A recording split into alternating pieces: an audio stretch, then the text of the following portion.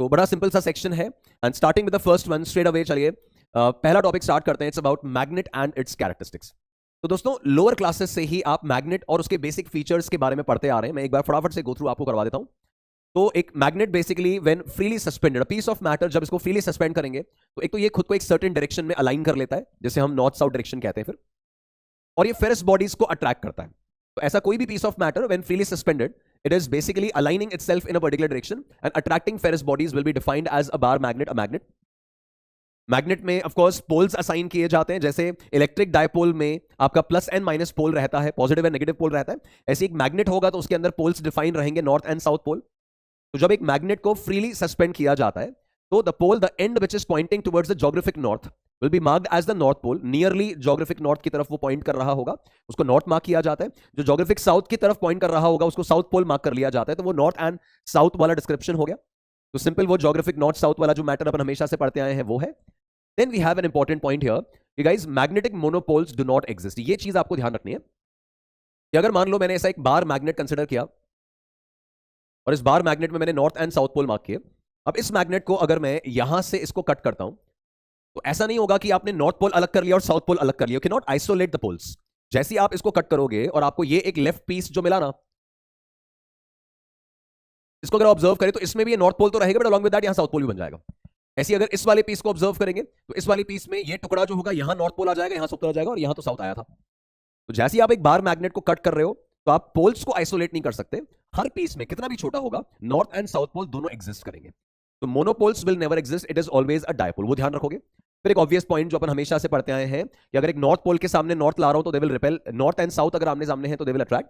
तो like poles repel, unlike poles attract, वो एक ऑब्वियस प्रॉपर्टी जो अपन जानते हैं। देन एक और फीचर जो आपको ध्यान रखना चाहिए कि एक बार मैग्नेट या कोई भी मैग्नेट को अगर डीमैग्नेटाइज करना है, उसकी प्रॉपर्टीज को अगर रिड्यूस करना है, मॉडिफाई करना है, तो या तो उसको हीट किया जाए या उसको हैमर किया जाए लगातार, या उसके अक्रॉस ऑल्टरनेटिंग करंट एसी पास करा दिया जाए तो उसकी प्रॉपर्टीज को ऑल्टर किया जा सकता है, उसकी मैग्नेटिक प्रॉपर्टीज को डीमैग्नेटाइज किया जा सकता है। तो ये तो खैर जनरल इंफॉर्मेशन वाली बातें हुई दोस्तों जो आप ऑलरेडी अच्छे से जानते हैं। अपन अपने मेन मुद्दे पे आते हैं, मेन मैटर पे आते हैं, दैट इज मैग्नेटिक मोमेंट।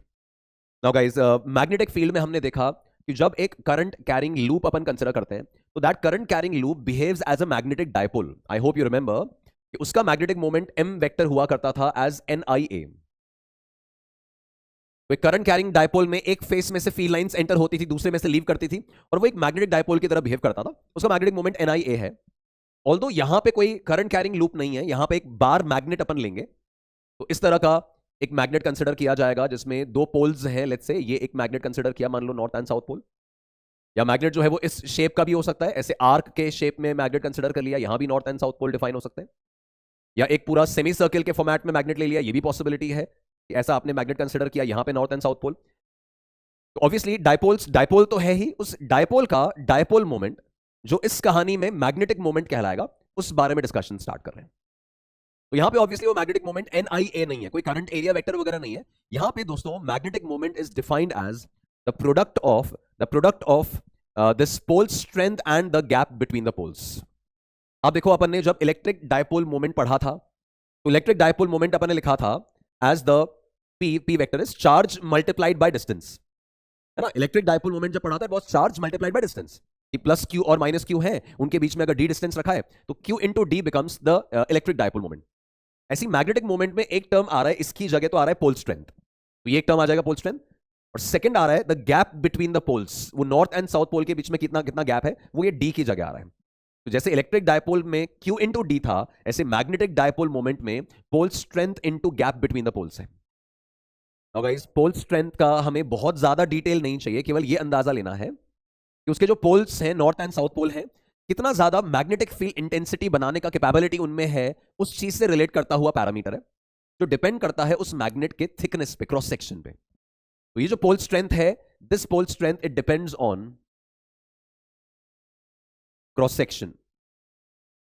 जो मैग्नेट अपन कंसिडर कर रहे हैं उसका क्रॉस सेक्शनल एरिया, मतलब ये जो यहां से क्रॉस सेक्शनल एरिया बनेगा ना, कितना थिकनेस उसका है, एरिया ऑफ क्रॉस सेक्शन कितना है, वो डिपेंडेंसी आपकी पोल स्ट्रेंथ की होती है। और गैप बिटवीन द पोल्स में ध्यान दें, gap between the poles is not the length of the magnet, it is the direct separation between north and south pole. मतलब यहां पे gap between the poles is north and south के बीच का ये गैप। इस केस में the gap between the poles will be ये वाला गैप, नॉर्थ एंड साउथ के बीच का गैप। इसे हम gap between the poles consider करेंगे। ठीक है, यहां पे अपन देखें तो वो पूरा सर्कमफ्रेंस नहीं उठाना है। गैप बिटवीन द पोल्स मतलब ये नॉर्थ एंड साउथ के बीच का जो ये डायरेक्ट सेपरेशन है, this will be termed as the gap between the poles. तो जब भी आप मैग्नेटिक मोमेंट निकाल रहे हैं तो ये दो फैक्टर्स काम करेंगे। One is the pole strength which is directly proportional to the cross sectional area of the magnet, and the second is the gap between the poles जो नॉर्थ एंड साउथ के बीच का डायरेक्ट सेपरेशन बताएगा। तो वहां से we can describe the magnetic moment. अब जैसे एक सिंपल सा सिचुएशन बताता हूं, देखो अगर मैं ये एक मैग्नेट कंसिडर कर रहा हूं, एक थिक मैग्नेट मैंने कंसिडर किया, ठीक है, इस मैग्नेट को मान लो इसका मैग्नेटिक मोमेंट m है, अपन मैग्नेटिक मोमेंट के लिए m या फिर म्यू भी काम में लेते हैं। इस चैप्टर में मोस्टली ये स्मॉल m से रिप्रेजेंट किया जाएगा। तो अगर मैं स्मॉल m मैग्नेटिक मोमेंट का अगर ये पीस है और इसको अगर मान लीजिए मैंने ऐसे कट किया, तो अगर मैं बीच में से उसको कट कर रहा हूं तो ये जो दो इक्वल हाफ्स मिलेंगे, each will have a magnetic moment given by m/2 m/2। क्यों? Because gap between the poles has reduce to half. मतलब आप ये जो एक पोर्शन कंसिडर करोगे ना, इसका लेफ्ट वाला, आप देखो इसका लेफ्ट वाला पोर्शन अगर अपन कंसिडर करें तो इसका क्रॉस सेक्शनल एरिया तो उतना ही है, अभी भी थिकनेस तो उतना का उतना ही, दैट मींस पोल स्ट्रेंथ तो चेंज नहीं हुआ, but gap between the poles अगर यहां L था तो यहां पे gap between the poles L/2 हो गया, तो मैग्नेटिक मोमेंट m/2 हो जाएगा। उसी तरह से अगर मान लो अगर मैंने इसी मैग्नेट को, ये जो मैग्नेट मैंने कंसिडर किया था m मैग्नेटिक मोमेंट का, ठीक है, इस मैग्नेट को अगर मैंने ऐसे कट किया होता, इस लाइन के अलोंग कट किया होता, तो पूरे का मैग्नेटिक मोमेंट तो m था। जब उसको ऐसे हॉरिजॉन्टली स्लाइस किया तो ऊपर वाला जो पोर्शन आ रहा है ना, आप देखो उसका लेंथ जो है नॉर्थ एंड साउथ पोल के बीच में जो गैप है, ओरिजिनल मैग्नेट में जितना गैप था पीसेस में भी गैप तो उतना ही है, इसमें भी लेंथ ऑफ द मैग्नेट तो उतना का उतना ही है, बट थिकनेस आधा हो गया। तो इस बार क्या कम हुआ? इस बार पोल स्ट्रेंथ कम हुआ है, इस बार ये पोल स्ट्रेंथ कम हुआ है। तो ये जो ऊपर एक टुकड़ा निकलेगा ना, इसका पोल स्ट्रेंथ ओरिजिनल मैग्नेट से आधा है, but gap between the poles अभी भी उतना ही है।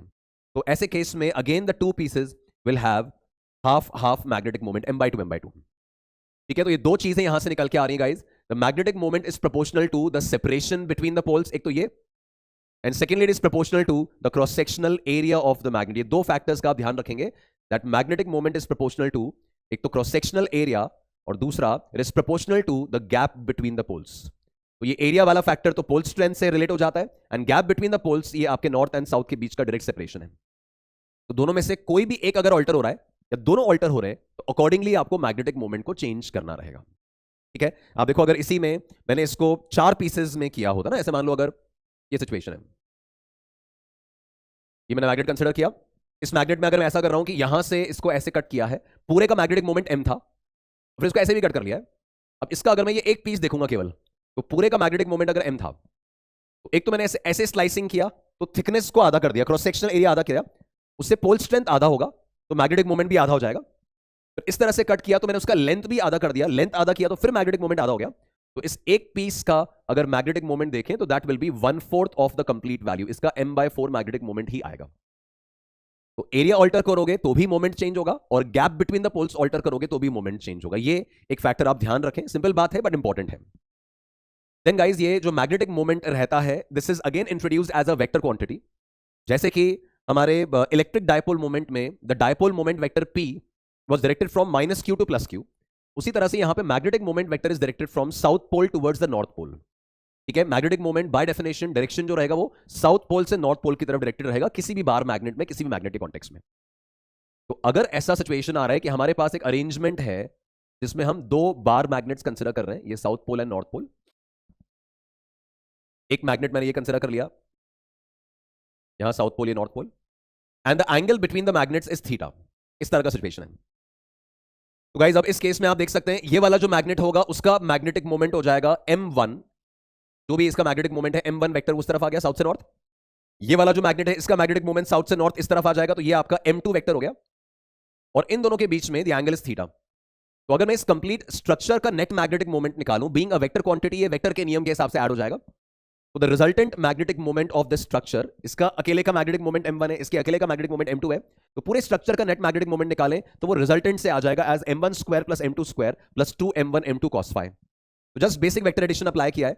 ऐसे 3 अगर डायपोल्स होंगे तो 3 वेक्टर्स ऐड कर लो, n नंबर ऑफ डायपोल्स हैं तो पॉलीगन लॉ भी अप्लाई कर सकते हो, n वेक्टर्स को ऐड करो। Basically magnetic moment vector quantity है, 2 या 2 से ज्यादा मैग्नेट्स अगर पड़ी होंगी तो पूरे स्ट्रक्चर का मैग्नेटिक मोमेंट अगर निकालना है तो नॉर्मल वेक्टर एडिशन जो होता है ना दोस्तों, बिल्कुल उसी तरह से मैग्नेटिक मोमेंट की इवैल्यूएशन होगी, मैग्नेटिक मोमेंट का नेट वैल्यू निकाला जाएगा। अब उसी में आप देखो, अगर मैंने दो मैग्नेट्स ऐसे प्लेस किए, जिसमें ये एक के ऊपर एक दो मैग्नेट्स मैंने रखे, ठीक है, ये आपका साउथ एंड नॉर्थ पोल है, यहां पर ये साउथ एंड नॉर्थ पोल है, इसका मैग्नेटिक मोमेंट m1 है, इसका मैग्नेटिक मोमेंट m2 है, और दोनों मैग्नेटिक मोमेंट्स साउथ से नॉर्थ पॉइंटिंग है। एंगल दोनों के बीच में कितना हो गया? 0 डिग्री। m1 वेक्टर साउथ से नॉर्थ होगा, m2 भी साउथ से नॉर्थ होगा, तो दोनों दोनों के बीच में एंगल कितना है? 0 डिग्री। और जब दो वेक्टर्स के बीच में 0 डिग्री एंगल है तो रिजल्टेंट क्या हो जाएगा? a plus B, m1 plus m2। तो यहां पे आपका नेट मैग्नेटिक मोमेंट जो आएगा that is going to be m1 plus m2। ठीक है, ऐसे इसको कहा जाता है सम पोजीशन। ये जो मैंने लिखा है ना, superposition, the magnetic moments add होने की हालत में मैग्नेट्स रखे हुए हैं, कॉम्बिनेशन ऐसा बनाया है, इसको कह रहे हैं अपन सम पोजीशन। वही अगर सिचुएशन ऐसा होता दोस्तों, ये मैंने मान लो नॉर्थ साउथ ऐसा लिया, और ये वाला मैग्नेट जो है ये ऐसा रखा हुआ है साउथ नॉर्थ। अब यहां पे एक सामने की तरफ मैग्नेटिक मोमेंट, एक पीछे की तरफ है, तो angle between the dipoles this magnetic moment is 180 degree. तो यहां पे जो आपका इक्विवेलेंट आएगा, जैसे दो वेक्टर्स अगर एंटी पैरेलल होते तो resultant is a minus B, बस डिपेंडिंग ऑन कौन ग्रेटर कौन स्मॉलर, तो मॉड लगा लिया जाता है। तो यहां पे मैग्नेटिक मोमेंट जो आएगा that's m1 minus m2 mod, because basically दो वेक्टर्स ऑपोजिट डायरेक्शन में है, एंटी पैरेलल में, तो सब्ट्रैक्टिव होंगे। तो इसको कहा जाता है डिफरेंस पोजीशन, की ये दो मैग्नेट्स डिफरेंस पोजीशन में रखी है। ऑब्वियसली दोस्तों अगर 90 डिग्री पे होंगी तो resultant will be a square plus B square under root, तो m1 square plus m2 square under root बन जाएगा उसका रिजल्टेंट। जैसे दो वेक्टर्स को ऐड करते हो ना, उसी फॉर्मेट में आपको मैग्नेटिक मोमेंट का रिजल्टेंट निकाल लेना है, राइट। तो मैग्नेटिक मोमेंट जो है that's directly proportional to pole strength and gap between the poles. वो पूरी कहानी मैंने समझा दी आपको। देन दो या दो से ज्यादा मैग्नेट्स अगर पड़े हैं तो resultant magnetic moment normal vector addition के हिसाब से आएगा। जो भी वेक्टर्स के बीच में एंगल है, वेक्टर्स के नियम के अकॉर्डिंग आप रिजल्टेंट्स फाइंड आउट कर सकते हैं। ओके, अब नेक्स्ट पॉइंट यहां पे देख रहे हैं अबाउट मैग्नेटिक फील्ड लाइंस। तो मैग्नेटिक फील्ड लाइंस अगेन दोस्तों बिल्कुल स्ट्रेट फॉरवर्ड पॉइंट्स हैं। अपन रिकॉल करें तो एक बार मैग्नेट जब अपन कंसिडर करते हैं, तो बार मैग्नेट में अपन ने हमेशा से यही सीखा है कि जो मैग्नेटिक फील्ड लाइंस हैं वो हमेशा नॉर्थ से इमर्ज होंगी और साउथ की तरफ जाएंगी। तो मैग्नेट के बाहर they are directed from north towards south, and magnet के अंदर they are directed from south pole towards the north pole. इस तरह की सिचुएशन है ना, यहां से इस तरह से होंगी और यहां पे अंदर वापस जाएंगी। तो मैग्नेट के बाहर they are directed from north towards south, magnet के अंदर from south towards north. Unlike electric field lines, recall करें इलेक्ट्रिक फील्ड लाइंस हमेशा आपके प्लस चार्ज से स्टार्ट होकर माइनस चार्ज पे खत्म हो जाती थी। ठीक है, they never formed close loops. ऐसा कभी नहीं हुआ कि प्लस से स्टार्ट हुई और प्लस पे खत्म हो गई। Electric field lines never form close loops, whereas magnetic field lines will always form close loops. मतलब नॉर्थ से स्टार्ट होंगी, साउथ पे जाएंगी, और फिर साउथ से वापस नॉर्थ भी जा रही है, तो they will always form close loops, right. Outside the magnetic field lines are from north to south, inside south to north, तो एक क्लोज कर्व्स बना रही है। तो गाइस मैग्नेटिक फील्ड लाइंस में किसी भी पॉइंट पे अगर मैग्नेटिक फील्ड का डायरेक्शन देखना है तो ये सारे वही नियम है जो इलेक्ट्रिक फील्ड में भी आप अप्लाई करते आए हो, बस वही सेम चीज रिपीट हो रही है। तो किसी भी पॉइंट पे अगर मैग्नेटिक फील्ड का डायरेक्शन देखना है that's given by the tangent at that point, तो ये आपका मैग्नेटिक फील्ड का डायरेक्शन बन जाएगा वहां का। तो कोई भी पॉइंट पे the direction of magnetic field is given by the tangent at that point. Then अगला रूल जो अगेन आपका इलेक्ट्रिक फील्ड में भी कॉमन था, कोई भी दो मैग्नेटिक फील्ड लाइंस इंटरसेक्ट नहीं करेंगे। क्या कारण है, क्या रीजन है कि अगर ये मैग्नेटिक फील्ड लाइंस इंटरसेक्ट की तो एक ही पॉइंट पे we are going to have two directions, है ना। नेट मैग्नेटिक फील्ड की एक डायरेक्शन ये भी हो जाएगी और एक ये भी हो जाएगी, तो एक ही पॉइंट पे दो दो डायरेक्शन ऑफ मैग्नेटिक फील्ड्स नहीं हो सकती। तो कोई भी दो magnetic field lines will never intersect. Then जहां पर हमें ज्यादा मैग्नेटिक फील्ड दिखानी होती है वहां पे मैग्नेटिक फील्ड लाइंस को अपन क्राउडेड बना देते हैं। जहां पे फील्ड स्ट्रेंथ हमें कम शो करनी होती है वहां फील्ड लाइंस के बीच में गैप बढ़ा देते हैं, वही जो इलेक्ट्रिक फील्ड लाइन के फंडे थे। तो इस तरह का अगर मैं मैग्नेटिक फील्ड का पैटर्न बना रहा हूं, यू कैन सी दैट यहां पर मैग्नेटिक फील्ड लाइंस जो है वो फार अवे है, रिलेटिवली दूर है, और यहां पे क्लोज आ गई है। We can claim that B1 जो होगा that will be less than B2। तो जहां पर भी फील्ड लाइंस क्राउडेड है वहां फील्ड स्ट्रेंथ ज्यादा है, जहां वो दूर है वहां फील्ड स्ट्रेंथ कम होगी, वही same rule as usual. Then दोस्तों ये एक पॉइंट है जो अपन को ध्यान रखना है, अगेन इंपॉर्टेंट, कि अगर अपन बात करें about magnetic flux through a closed surface, यार since magnetic field lines are always forming close loops, मतलब अगर मैंने एक क्लोज सरफेस कंसिडर किया और इस क्लोज सरफेस के अंदर मान लो मैंने एक बार मैग्नेट प्लेस कर दी। अब ये बार मैग्नेट जो मैग्नेटिक फील्ड प्रोड्यूस करेगी वो हमेशा क्लोज लूप बनाएंगे, नॉर्थ से स्टार्ट होगा, साउथ में वापस जाएगा, फिर साउथ से नॉर्थ मिल जाएगा वापस से। तो जितनी फील्ड लाइंस इस सरफेस में से, इस क्लोज सरफेस में से लीव करेंगी, उतनी नंबर ऑफ लाइंस वापस से एंटर भी करेंगी। यार चार्ज में ऐसा नहीं होता था ना, इलेक्ट्रिक फील्ड लाइन हमेशा क्लोज लूप नहीं बनाता। तो चार्ज में ऐसा नहीं होता था। चार्ज में क्या है कि क्लोज सरफेस है, इसमें प्लस क्यू चार्ज रखा, तो इसकी लाइंस केवल लीविंग ही होती थी, एंटरिंग नहीं होती थी। एंटरिंग कब होती थी, जब नेगेटिव चार्ज आता था। बट जब एक मैग्नेटिक डायपोल है, मैग्नेट है, तो उसकी फील्ड लाइंस तो क्लोज लूप है, जितनी लाइंस एंटर लीव कर रही हैं उतनी दोबारा एंटर भी करेंगी। तो ऐसे केस में the net magnetic flux remains zero. जितनी लाइंस लीव कर रही हैं उतनी ही अगर एंटर करेंगी तो आपका नेट मैग्नेटिक फ्लक्स जो होगा वो जीरो रह जाएगा। और दिस इज ऑलवेज ट्रू, इस बात का कोई एक्सेप्शन नहीं है गाइज, इस बात का कोई एक्सेप्शन नहीं है कि आपने कोई भी क्लोज सरफेस लिया, उस क्लोज सरफेस में से जाने वाला net magnetic flux is always zero. Close surface की बात कर रहा हूं मैं, कि क्लोज आपने एक स्फीयर ले लिया और उसमें आपने एक बार मैग्नेट रख दिया, कुछ भी, अगर मैग्नेटिक फ्लक्स का कैलकुलेशन आएगा क्लोज सरफेस में तो it's always zero. Gauss theorem electrostatics में फिर वहां तो अलग होता था कि वहां पे आपका ई डॉट डी ए का integration it is Q enclosed by epsilon not, तो कितना चार्ज एनक्लोज है उसके हिसाब से फ्लक्स निकालते थे। Magnetic flux through a close surface कोई कैलकुलेशन नहीं बनाना है, इट इज ऑलवेज जीरो। क्यों? बिकॉज जितनी लाइंस लीव करेंगी उतनी एंटर भी करेंगी, तो नेट फ्लक्स जीरो रह जाएगा, always always true. This is Gauss law for magnetism, this is Gauss law for magnetism.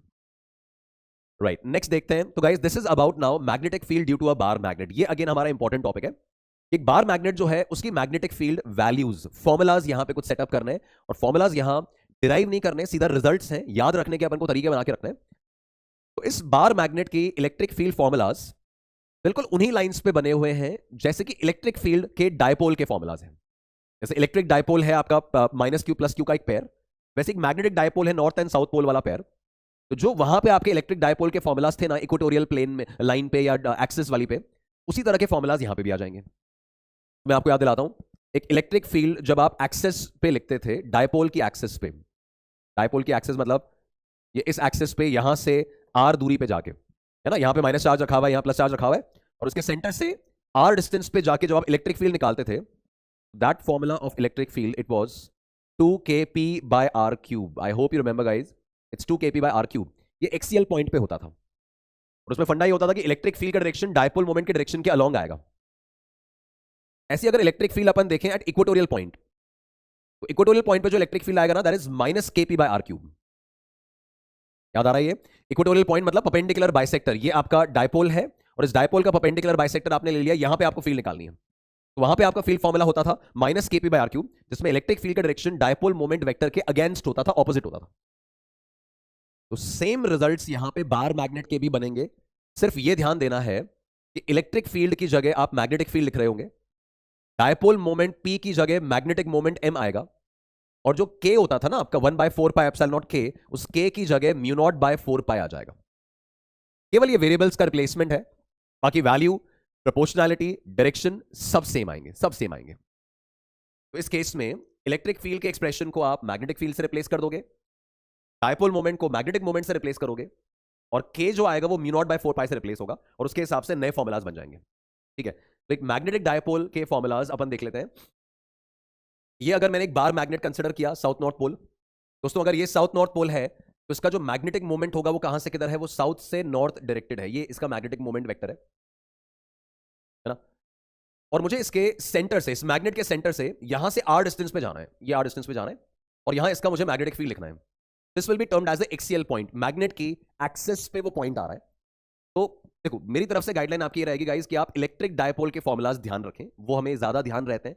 Electric dipole का फॉर्मुला एक्सियल पॉइंट पे electric field 2kp by r cube, तो मन में तो 2kp by r cube लाओ और ऑन पेपर वेरिएबल्स को replace कर दो। तो जैसे मैं लिख रहा हूं मैग्नेटिक फील्ड मेरे मन में चल रहा है 2kp by r cube, तो 2k की जगह mu naught by 4 pi, p की जगह m अपॉन r क्यूब, तो अपॉन r क्यूब। मतलब न्यूमेरिकल सॉल्व करते समय इसी तरह से हम प्रोसीड करेंगे। तो 2kp by r क्यूब लिखा, और इसमें मैग्नेटिक फील्ड का डायरेक्शन वही होगा जो m वेक्टर का डायरेक्शन होगा। जैसे यहां पे m वेक्टर का डायरेक्शन क्या है, तो साउथ से नॉर्थ की तरफ है, राइट साइड में, तो मैग्नेटिक फील्ड वेक्टर का डायरेक्शन भी उसी डायरेक्शन में आएगा जो m वेक्टर की डायरेक्शन है। तो ये लिखा हुआ है term mu naught by 4 pi 2m by r cube. बस इसमें ये पॉइंट हमारे लिए क्रूशियल है that this b vector is parallel to this m vector. ठीक है, एक्सियल पॉइंट पे जिस डायरेक्शन में मैग्नेटिक मोमेंट वेक्टर है उसी डायरेक्शन में मैग्नेटिक फील्ड वेक्टर भी आएगा। जैसे इलेक्ट्रिक फील्ड में होता था 2kp by r cube, electric field p के पैरेलल होता था, या मैग्नेटिक फील्ड m के पैरेलल है। फिर इक्वेटोरियल पोजीशन पे मैग्नेट का ये परपेंडिकुलर बाइसेक्टर बनाया, यहां सेंटर से r डिस्टेंस ऊपर गए यहां पे, तो इधर जो मैग्नेटिक फील्ड आएगी ना उसका फॉर्मूला वही इक्वेटोरियल पॉइंट वाला minus kp by r cube, dipole में minus kp by r cube, तो minus kp by r cube बनाते, तो माइनस k की जगह mu naught by 4 pi, p की जगह m vector upon r cube, तो ये बन गया आपका माइनस के पी बाय आर क्यूब, ये रहा। और ये माइनस क्या बता रहा है कि मैग्नेटिक फील्ड का डायरेक्शन मैग्नेटिक मोमेंट के ऑपोजिट होगा। ये भूलना नहीं है दोस्तों, ये आपको न्यूमेरिकल्स में हर हाल में बार बार काम आने वाला है कि इक्वेटोरियल पॉइंट पे मैग्नेटिक फील्ड एम वेक्टर के ऑपोजिट है, एज एक्सियल पॉइंट पे मैग्नेटिक फील्ड एम वेक्टर के अलोंग है। तो यहां पे देखो साउथ नॉर्थ के हिसाब से मैग्नेटिक मोमेंट वेक्टर तो है राइटवर्ड्स, जबकि यहां पे मैग्नेटिक फील्ड आ रही है लेफ्टवर्ड्स। इस एक्सियल पॉइंट पे देखें तो आपका मैग्नेटिक मोमेंट राइटवर्ड्स है और मैग्नेटिक फील्ड भी राइटवर्ड्स है। ये वाला एरो देखो, मैग्नेटिक फील्ड भी राइटवर्ड्स है। तो वैल्यू और डायरेक्शन दोनों याद रहने चाहिए। एक एक्सियल पॉइंट पे 2 kp बाय आर क्यूब के हिसाब से बना है और इक्वेटोरियल पॉइंट पे minus kp by R cube के हिसाब से बना है। ठीक है, अच्छा जैसे ये फॉर्मूला अपने कब अप्लाई होते थे, जब अपन एक स्मॉल डायपोल की बात करते थे और उसकी इलेक्ट्रिक फील्ड निकालते थे लार्ज डिस्टेंसेस पे। मतलब वो डिस्टेंस डायपोल की तुलना में, डायपोल के साइज की तुलना में बहुत बड़ा डिस्टेंस है। सिमिलरली यहां पे डिस्टेंस आर जो है वो बहुत ज्यादा है और मैग्नेट का साइज रिलेटिवली स्मॉल है। तो this R is very very large in comparison to L. Length of the magnet is very small और जिस डिस्टेंस पे फील्ड निकाल रहे हैं that is very large. Under that approximation अपने ये फॉर्मुलाज वैलिड रहेंगे। इंपॉर्टेंट है, याद रहने चाहिए, वैल्यू, प्रोपोर्शनैलिटी, डायरेक्शन, सब कुछ। हाँ जी, नेक्स्ट आ रहा है the behaviour of a magnet when placed in a uniform magnetic field. देखिए इस चैप्टर में जो क्वेश्चंस आप देख रहे हैं ना, ऐसे बहुत ज्यादा कॉम्प्लिकेटेड सवाल नहीं आते।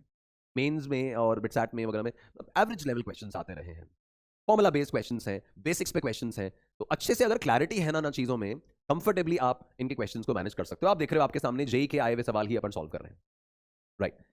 नेक्स्ट देखो, a bar magnet when placed in a magnetic field, ये पूरा सिनेरियो भी इलेक्ट्रिक डायपोल जैसा ही है। तो अगर आपको इलेक्ट्रिक डायपोल के फॉर्मुलाज ध्यान है, इसका मतलब आपको मैग्नेटिक डायपोल के भी फॉर्मुलाज ध्यान है, वो वहीं से बन जाएंगे। तो जब आप एक इलेक्ट्रिक डायपोल को एक यूनिफॉर्म इलेक्ट्रिक फील्ड में रखते थे, ये इलेक्ट्रिक फील्ड ई, और इसमें अगर आपने एक इलेक्ट्रिक डायपोल को प्लेस किया माइनस क्यू प्लस क्यू, तो ध्यान होंगे आपको फंडे, इस इलेक्ट्रिक डायपोल पे नेट फोर्स जीरो होता था, बिकॉज एक पे क्यू ई बैकवर्ड लग जाता था, एक पे Q E forward, net force zero होता था।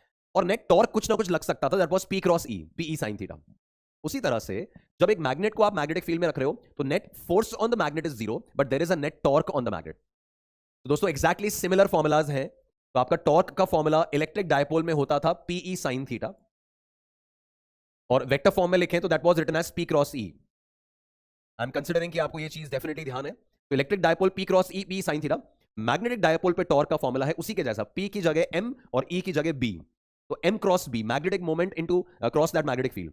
तो M B sine theta, PE sine theta की जगह M B sine theta and M cross B. अच्छा यहां थीटा जो होगा that is the angle between M and B. Magnetic moment कहां से कहां है, साउथ से नॉर्थ। मैग्नेटिक मोमेंट साउथ से नॉर्थ है, ये आपका मैग्नेटिक मोमेंट का डायरेक्शन हो गया और ये आपके मैग्नेटिक फील्ड का डायरेक्शन हो गया।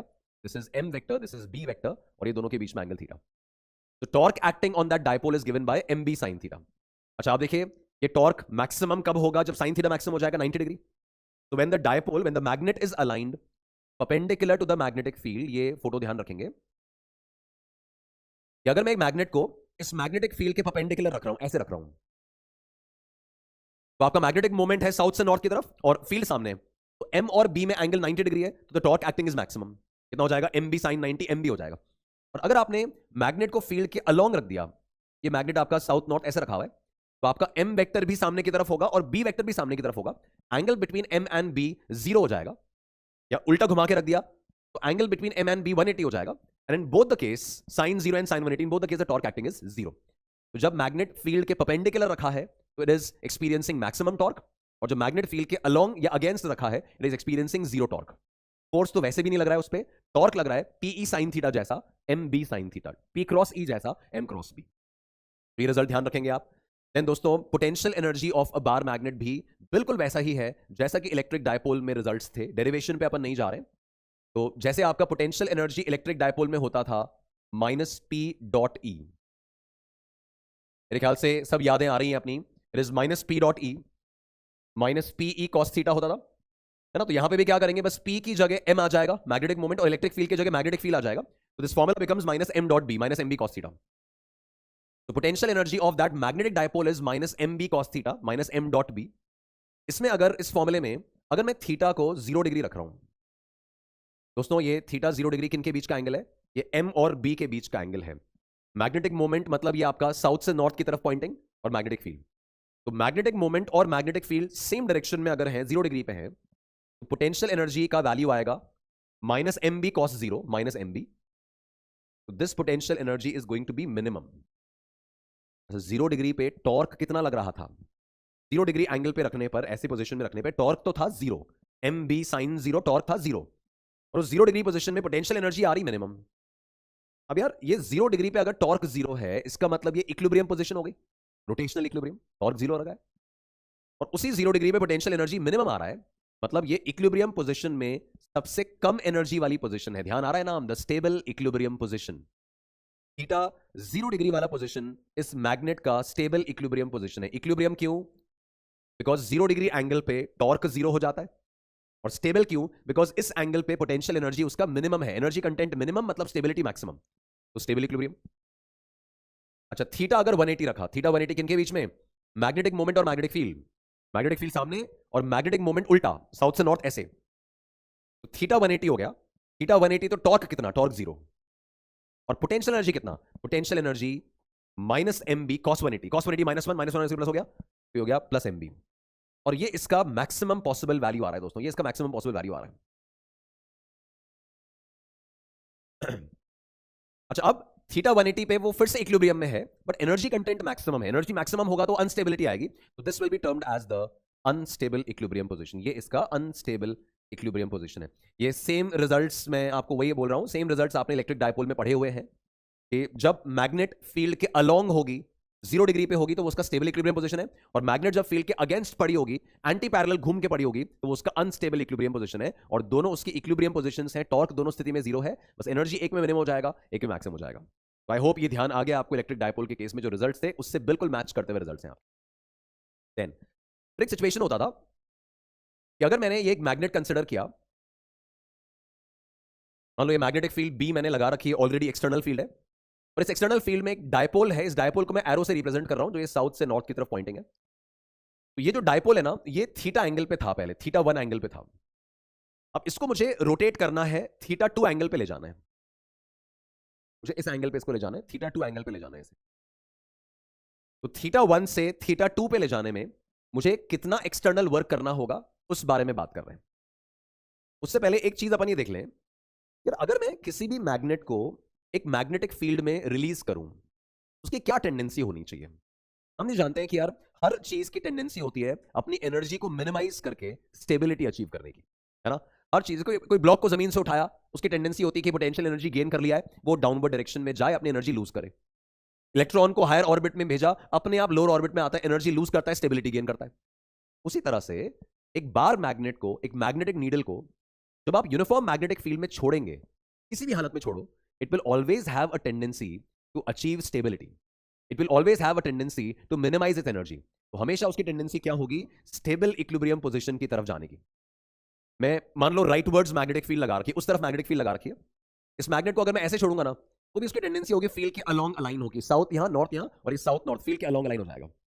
उसको मैं मैग्नेटिक फील्ड से 175 डिग्री पे घुमा दूं और छोड़ूं, तो भी ये 180 क्लोजेस्ट इक्विलिब्रियम में नहीं जाएगा, वो यहां से पूरा लंबा रास्ता लेके 0 की तरफ ही आने की टेंडेंसी रखेगा। दोस्तों, कभी भी अगर इस बात का जवाब देना हो ना कि मैग्नेटिक फील्ड में बार मैग्नेट पड़ी है, किस तरफ घूमेगी, तो उसी तरफ घुमाओ जहां से वो स्टेबल इक्विलिब्रियम पोजीशन की तरफ जाती हो, वो 0 डिग्री एंगल की तरफ जाती हो, वो फील्ड के अलोंग अलाइन हो जाती हो, उस तरफ उसको घुमाना। It will always have a tendency, statement को याद रखेंगे, it will always have a tendency to align itself along the field, तो स्टेबिलिटी आ जाएगी, स्टेबल इक्विलिब्रियम पोजीशन आ जाएगा। तो जब मैं इस मैग्नेट को छोड़ूंगा, तो इसकी टेंडेंसी थी फील्ड के अलोंग अलाइन होने की, ऐसे क्लॉकवाइज घूमने की, और मैं उसको घुमाकर एंटी क्लॉकवाइज ले जाना चाह रहा हूं एक बड़े एंगल की तरफ। मतलब वो ऐसे था, टेंडेंसी थी फील्ड के अलोंग अलाइन होने की, बट मुझे उसके विरुद्ध उसके लेके जाना है कि थीटा 1 एंगल था भाई, अभी थीटा 2 एंगल पे पहुंचाओ, एंगल और बढ़ाना है।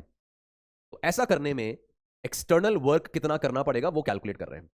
तो दोस्तों, ऐसे केस में W एक्सटर्नल होता था डेल्टा यू प्लस डेल्टा के।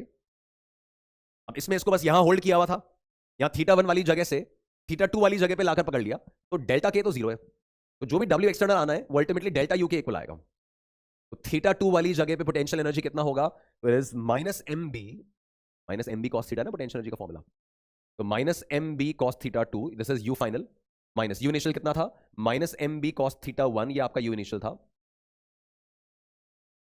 ठीक है, अब इसको सब्ट्रैक्ट कर रहे हैं तो आपका एम बी कॉमन आ रहा है, एंड ब्रैकेट में we have cos theta 1 minus cos theta 2। Same result है जो इलेक्ट्रिक डायपोल में भी आता था, एक डायपोल को थीटा 1 एंगल से घुमाकर थीटा 2 एंगल तक पहुंचाने के लिए कितना वर्क करना होगा, क्योंकि मैग्नेटिक फील्ड उसको घुमाना चाहती थी क्लॉकवाइज और हम उसको ले जा रहे हैं एंटी क्लॉकवाइज, उसके अगेंस्ट ले जा रहे हैं, तो एक्सटर्नल वर्क तो करना ही पड़ेगा। तो that work done, that external work done is given by this calculation. W external कैसे आएगा? तो डेल्टा यू के हिसाब से आएगा। Delta U change in potential energy की जो वैल्यू है वही डब्ल्यू एक्सटर्नल है। देन एक और इंपॉर्टेंट रिजल्ट स्टोरी में यह है कि जब आप एक बार मैग्नेट को रिलीज करते हैं एक यूनिफॉर्म मैग्नेटिक फील्ड में, या आपने यूनिफॉर्म मैग्नेटिक फील्ड ली और एक मैग्नेटिक डायपोल में ऐसे शो कर रहा हूं एरो से, है ना, ये बार मैग्नेट ही है, साउथ एंड नॉर्थ पोल। अब इसकी टेंडेंसी क्या है जब इसको छोड़ेंगे? तो टेंडेंसी है फील्ड के अलोंग अलाइन होने की। तो बिकॉज ऑफ दैट इस पे टॉर्क लगेगा और ये फील्ड के अलोंग अलाइन होने के लिए घूमना स्टार्ट करेगा, टॉर्क की वजह से घूमना स्टार्ट करेगा। अब घूमते घूमते एक समय ऐसा आएगा जब ये अलाइन हो चुका होगा। बट दिक्कत ये है दोस्तों, जब ये अलाइन होगा ना तब तक ये कुछ एंगुलर स्पीड गेन कर चुका है। इस हालत में मैंने इसको छोड़ा था, मैग्नेटिक फील्ड ने क्लॉकवाइज टॉर्क लगाया, उसके कारण रोटेशन स्टार्ट हो गया। अब यहां आते आते तो स्पीड गेन कर ली, अब स्पीड गेन कर ली तो आगे बढ़ गया। अब जैसे ही ये इस पोजीशन में आया, आगे बढ़ गया ना, ऐसे यहां आके रुका नहीं, आगे बढ़ गया। अब आगे बढ़ते ही मैग्नेटिक फील्ड ने उल्टी दिशा में टॉर्क लगाना स्टार्ट कर दिया, एंटी क्लॉकवाइज लगाना स्टार्ट कर दिया। आप चाहें तो राइट हैंड थंब रूल से चेक कर लो, टॉर्क कितना है? M cross B. तो बी किधर है? सामने। एम ये रहा, M cross B anti clockwise rotation. इस हालत में देखो M cross B clockwise rotation. तो जैसे ये इस पोजीशन में आया, मैग्नेटिक फील्ड ने उल्टा टॉर्क लगाना स्टार्ट किया, जिसके कारण the magnet started retarding. Retard होते होते होते यहां रुका। अब मैग्नेटिक फील्ड की टेंडेंसी है दोबारा इसको अलाइन करने की, तो फिर से अलाइन करने के चक्कर में यहां आया, स्पीड गेन कर चुका था, फिर आगे निकल गया, फिर टॉर्क लगा क्लॉकवाइज, वापस आया, फिर स्पीड गेन कर चुका था, यहां आ गया। तो इस हिसाब से समझ गए होंगे आप, इस हिसाब से the magnet starts performing oscillations. The magnet starts performing oscillations. इस स्टेबल इक्विलिब्रियम पोजीशन, इस मीन पोजीशन के अबाउट ये टू एंड फ्रो ऑसिलेट करना शुरू कर दिया। उसमें टॉर्क कितना लग रहा है? तो torque acting is minus M B, sorry the torque acting is M B sine theta. ठीक है, M B sine theta. Since ये रिस्टोरिंग टॉर्क है, वो टॉर्क उसको मीन की तरफ लाने की कोशिश कर रहा है, तो रिस्टोरिंग टॉर्क की वजह से I can write that as minus M B sine theta. इसका जो स्टैंडर्ड डेरिवेशन होता था गाइज, वो डेरिवेशन ऐसे रिक्वायर्ड तो नहीं है, बट जस्ट एक ब्रीफ में आपको दे रहा हूं। इफ थीटा इज स्मॉल, अगर थीटा स्मॉल है तो साइन थीटा की जगह आप सिर्फ थीटा लिख सकते हैं, तो that becomes torque equals to minus M B theta. और ये आपका रिजेंबल कर रहा है आपके एसएचएम के नियम से, that torque equals to minus K theta. तो जब ऐसा रिजल्ट आ जाया करता था तो दैट इंप्लाइड कि हमारा ऑब्जेक्ट जो है वो एसएचएम करने वाला है ना। उसका टाइम पीरियड कितना होगा? तो टाइम पीरियड होता था 2 pi under root I upon K. ठीक है, ये के मतलब ये कांस्टेंट जो थीटा के साथ कोएफिशिएंट आ रहा है ना, वो आपका कांस्टेंट है। आई होप ध्यान आ रहा है ये। तो के की जगह क्या आ जाएगा? M B. तो whenever a bar magnet is released in a magnetic field, it starts performing a simple harmonic motion with a time period given by 2 pi under root I by mb. The time period given by 2 pi under root I by mb वो यहीं से आया है, 2 pi under root I by k, और k की जगह क्या है? mb। तो this is only for small oscillations. दोस्तों अगर ये थीटा स्मॉल नहीं होता ना, तो ये टॉर्क का नियम, ये एसएचएम का नियम फॉलो ही नहीं होता। Only for small oscillations the vibrations can be termed as SHM, और उस एसएचएम का टाइम पीरियड जो होगा, ये स्मॉल ऑसिलेशंस वाली बात लिखी हुई है, और एसएचएम का टाइम पीरियड जो होगा that's 2 pi under root I by MB. इसमें आई क्या है? This I is the moment of inertia. अगर एसएचएम रोटेशन बेसिक्स ध्यान आ रहे हैं तो this is the moment of inertia. अच्छा, एक बार मैग्नेट अगर है तो बार मैग्नेट को तो रॉड की तरह ट्रीट करोगे, और रॉड का सेंट्रल एक्सिस के अबाउट मोमेंट ऑफ इनर्शिया क्या होता था? दैट ml स्क्वायर बाय 12, वही वाली वैल्यू काम आ जाएगी। तो आई तो हो गया मोमेंट ऑफ इनर्शिया, एम हो गया आपका मैग्नेटिक मोमेंट, और बी वो मैग्नेटिक फील्ड जिसमें आपने रखा है। एम तो मैग्नेटिक मोमेंट है, बी मैग्नेटिक फील्ड है, और आई मोमेंट ऑफ इनर्शिया है जो ml स्क्वायर बाय 12 काम आ जाएगा। बार मैग्नेट्स के केस में रॉड वाला फोटो आ जाएगा। ओके, तो एक रिजल्ट है। नाउ गाइस, अगर ऐसा सिचुएशन है, if magnetic field is placed, हाँ अगर एक मैग्नेटिक नीडल नाम यूनिफॉर्म फील्ड में रख रहे हो, तब तो फोर्स कुछ भी नहीं लगेगा और टॉर्क लगेगा, वो पढ़ लिया आपने, टॉर्क लगेगा एम बी साइन थीटा। पर अगर एक नॉन यूनिफॉर्म फील्ड में रख रहे हो, तो नॉन यूनिफॉर्म फील्ड में उस पर फोर्स भी लगेगा और टॉर्क भी आएगा, जैसे आगे इलेक्ट्रिक डायपोल पे होता था कि डायपोल को अगर नॉन यूनिफॉर्म फील्ड में रखो तो experience the force as well as a torque. तो यहां पर भी फोर्स भी लगना है और टॉर्क भी लगना है अगर नॉन यूनिफॉर्म फील्ड है तो। नाउ अगर मैंने दो मैग्नेट्स कंसिडर किए, इस तरह के दो मैग्नेट्स कंसिडर किए जो लाइक पोल्स साथ में रख के जोड़ दिए, बोला कि भाई साहब इसमें इसका मैग्नेटिक मोमेंट m1 है, इसका मैग्नेटिक मोमेंट m2 है, इसका मोमेंट ऑफ इनर्शिया I1 है, इसका मोमेंट ऑफ इनर्शिया I2 है। अब इनको जोड़कर मैग्नेटिक फील्ड में एसएचएम करवाना है। उस एसएचएम का टाइम पीरियड क्या होगा वो निकालना है, कंबाइंड मैग्नेट का टाइम पीरियड। तो सिंपल है ना, फॉर्मूला क्या है? फॉर्मूला है 2 pi under root I by M B, याद रख लो, है ना, भूलना नहीं है formula 2 pi under root I by M B. अब आई बाई एम बी में आई नेट कितना होगा? तो दोस्तों मोमेंट ऑफ इनर्शिया को तो साउथ नॉर्थ से क्या मतलब है, स्केलर क्वांटिटी है मोमेंट ऑफ इनर्शिया। दो मैग्नेट्स एक साथ रखे तो आपका नेट मोमेंट ऑफ इनर्शिया तो आएगा I1 plus I2, moment of inertia तो ऐड हो जाता है, स्केलर क्वांटिटी है।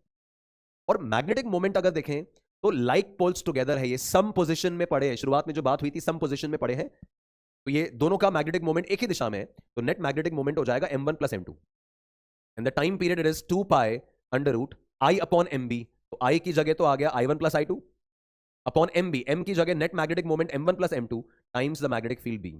2 pi under root I by mb आपका टाइम पीरियड का वैल्यू आ गया, है ना, ये वो सिचुएशन बन गई। और आप देखो दोस्तों, अगर ये डिफरेंस पोजीशन में पड़े होते, जोड़कर बोल रहा है कि भाई कंबाइंड मैग्नेट का एसएचएम करवाओ, तो डिफरेंस पोजीशन में मोमेंट ऑफ इनर्शिया माइनस होता क्या? नहीं होता। मोमेंट ऑफ इनर्शिया कोई वेक्टर क्वांटिटी थोड़ी यार, तो मोमेंट ऑफ इनर्शिया तो ऐड ही होगा। तो ऐसा एक मैग्नेट रखा, उसके ऊपर एक और रख दिया, तो मोमेंट ऑफ, जैसे मास होता ना कि 5 किलोग्राम का मैग्नेट और 2 किलोग्राम का मैग्नेट कितना, तो 7 किलोग्राम है, जैसे भी रखो। ऐसे यहां दोनों को सेम ओरिएंटेशन में रखा, एक का moment of inertia ml square by 12, दूसरे का भी ml स्क्वायर बाय 12, दोनों ऐड हो जाएंगे, बस मोमेंट ऑफ इनर्शिया जैसे भी रखा हो। तो डिफरेंस पोजीशन में भी होगा तो I तो I1 प्लस I2 है, बस मैग्नेटिक मोमेंट की जगह m1 माइनस m2 हो जाएगा। तो ऐसे केस में जब ये साउथ नॉर्थ यहां है, ऐसा साउथ नॉर्थ इधर है, तो net magnetic moment is going to be m1 minus m2 और मोमेंट ऑफ इनर्शिया तो दोस्तों ऐड ही होगा। तो now the time period is 2 pi under root I में तो ऐड हो रहा है और मैग्नेटिक मोमेंट सब्ट्रैक्ट हो रहा है ना। तो ऐसे कॉम्बिनेशंस का अगर एसएचएम करवाना है तो मोमेंट ऑफ इनर्शिया निकालो टोटल, मैग्नेटिक मोमेंट निकालो टोटल, और फिर टाइम पीरियड के फॉर्मूले में सब्स्टिट्यूट कर दो, वहां से रिजल्ट मिलेगा, राइट। इसी के और वेरिएशंस देखते हैं, बड़े शानदार पॉइंट्स बनते हैं इसमें। देखो अब ये अगेन बहुत इंपॉर्टेंट रिजल्ट है इस कहानी का। If a magnet is cut into n identical parts by cutting the magnet parallel to its length. अगर मैं ये एक मैग्नेट कंसिडर कर रहा हूं, थोड़ा ब्रॉड बना लेता हूं, और इस मैग्नेट को मैंने n आइडेंटिकल पार्ट्स में कट किया है पैरेलल टू इट्स लेंथ, ऐसे काटा है इसको। हमें बोला है जो ओरिजिनल मैग्नेट था ना, उसका मैग्नेटिक मोमेंट स्मॉल m था, उसका मास कैपिटल M था, उसका moment of inertia capital I था, और उसका टाइम पीरियड T0 था एसएचएम का। तो ओरिजिनल मैग्नेट था, उसका magnetic moment small m, mass total capital M, length capital L, moment of inertia capital I, और उसके एसएचएम करने का टाइम पीरियड T0 था जब वो पूरा मैग्नेट था। अब ऐसे हमने उसके n पार्ट्स किए। तो दोस्तों जब ऐसे n पार्ट्स करेंगे और उसमें से जो एक पार्ट निकलेगा, सिर्फ ऊपर वाला एक पार्ट निकाल लेते हैं।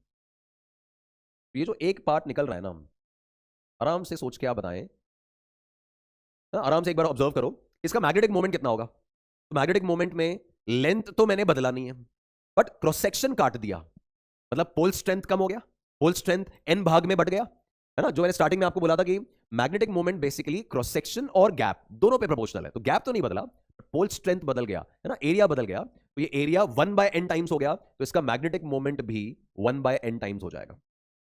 मास अगर देखें तो मास भी 1 बाय n टाइम्स हो जाएगा, ठीक है। अब मोमेंट ऑफ इनर्शिया की बात है, मैंने कहा था मोमेंट ऑफ इनर्शिया यहां फॉर्मूला क्या काम आएगा, ml स्क्वायर बाय 12, रॉड की तरह ही फॉर्मूला लेना है मोमेंट ऑफ इनर्शिया का।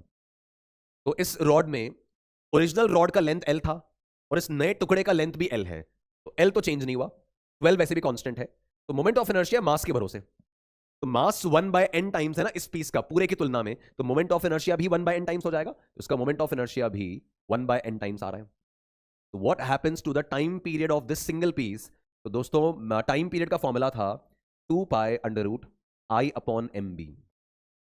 इसको ऐसे कट करने से moment of inertia has changed by the factor 1 by n, moment of inertia I by n हो गया, ये भी निकाला। मैग्नेटिक फील्ड तो वो का वही रखा है, बाहर वाला मैग्नेटिक फील्ड।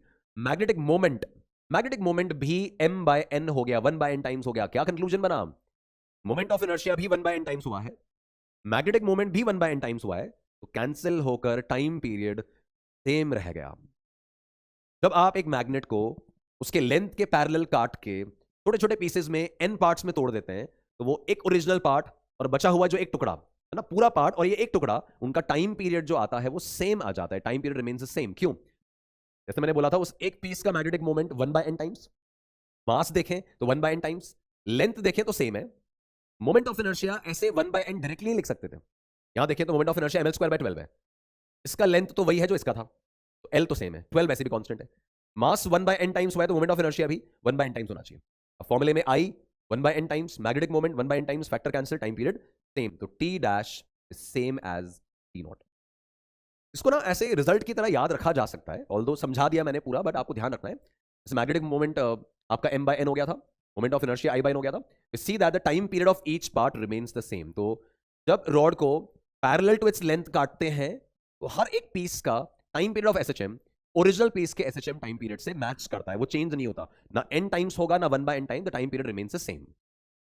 दूसरी कटिंग क्या पॉसिबल है? It is cut into identical parts by cutting the magnet perpendicular to its length. ये मैग्नेट कंसीडर किया, इसके लेंथ के परपेंडिकुलर ऐसे n टुकड़े कर दिए इसके। इसका original magnetic moment small m था, मास कैपिटल M है, मोमेंट ऑफ इनर्शिया I है, और पूरे का SHM time period t not है। ये ओरिजिनल है। अब मुझे बात करना है इसके एक पीस के बारे में। तो ये जो एक पीस निकला दोस्तों, इस एक पीस का मैग्नेटिक मोमेंट क्या होगा? तो मैग्नेटिक मोमेंट तो हो जाएगा 1/n टाइम्स। क्यों? बिकॉज इस बार पोल स्ट्रेंथ नहीं बदली है, एरिया नहीं बदला है, इस बार लेंथ बदल गया। इस पीस का लेंथ पूरे से 1/n टाइम्स है, तो मैग्नेटिक मोमेंट भी 1/n टाइम्स हो गया। मास अपन देखें तो उस एक टुकड़े का मास m/n आएगा, है ना। ये पूरे का m मास था, तो इसका मास हो जाएगा mn। फिर मोमेंट ऑफ इनर्शिया, अब मोमेंट ऑफ इनर्शिया में ध्यान देंगे, फॉर्मूला है ml²/12। तो उसको ऐसे कट किया ना, तो इस एक पीस का लेंथ कितना है? इस एक पीस का लेंथ है l/n। पूरे l लेंथ की मैग्नेट थी, इस एक पीस का लेंथ है l/n। इसमें मास 1/n टाइम्स हो रहा है, मास इस एक पीस का 1/n टाइम्स है, और लेंथ भी 1/n टाइम्स हो रही है। तो ओवरऑल फैक्टर आप देखो तो moment of inertia 1/n³ times हो गया। समझ में आया? ये moment of inertia 1/n times हो गया, बिकॉज मास 1/n टाइम्स हुआ, लेंथ 1/n टाइम्स है, बट उसका स्क्वायर हो रहा है, तो ये 1/n², ओवरऑल फैक्टर 1/n³ का बन रहा है। तो moment of inertia 1/n³ times हो गया। अब टाइम पीरियड का हिसाब लगाते हैं। तो टाइम पीरियड इज 2π√I/mb। आप देखो इस I में कितने का फैक्टर है? तो 1/n³ का फैक्टर है। B तो सेम है, मैग्नेटिक फील्ड तो वही लगा रखी है बाहर। मैग्नेटिक मोमेंट में कितना फैक्टर है? तो 1/n का फैक्टर है। तो अंदर कितना फैक्टर बचा? यहाँ 1/n³ और यहाँ 1/n, तो अंडर रूट में 1/n² का फैक्टर बच गया। अंडर रूट में 1/n² मतलब 1/n आएगा अंडर रूट के बाहर, तो टाइम पीरियड जो आएगा that t dash it will be t/n। E point, पूरे के एसएचएम का टाइम पीरियड अगर t था, उसके एक पीस, इसके एक टुकड़े के एसएचएम का टाइम पीरियड t/n होगा। ये सिंस स्टैंडर्ड रिजल्ट है तो ये एक्सपेक्टेड रहता है कि आप लोग याद रखें इस चीज को। जब लेंथ के पैरेलल कट किया जाता है ऐसे, तो the time period of one part is same as the time period of the original magnet, और जब लेंथ के परपेंडिकुलर कट किया जाता है तो the time period of one part is 1/n times the time period of the original magnet. ये t/n हो जाएगा। लॉजिक मैंने आपके सामने प्लेस किया। Right, next point. Now guys, अगला फेज जो है चैप्टर का, नेक्स्ट पार्ट जो है, नेक्स्ट फेज जो है, this is about magnetization, magnetic intensity, hysteresis, diamagnetic, paramagnetic. Interesting part है बट अगेन ईजी है। तो अब सिचुएशन ये है कि मैग्नेटिक इंटेंसिटी, यहां पर एक नाम डिस्क्राइब कर रहे हैं अपन, मैग्नेटिक इंटेंसिटी।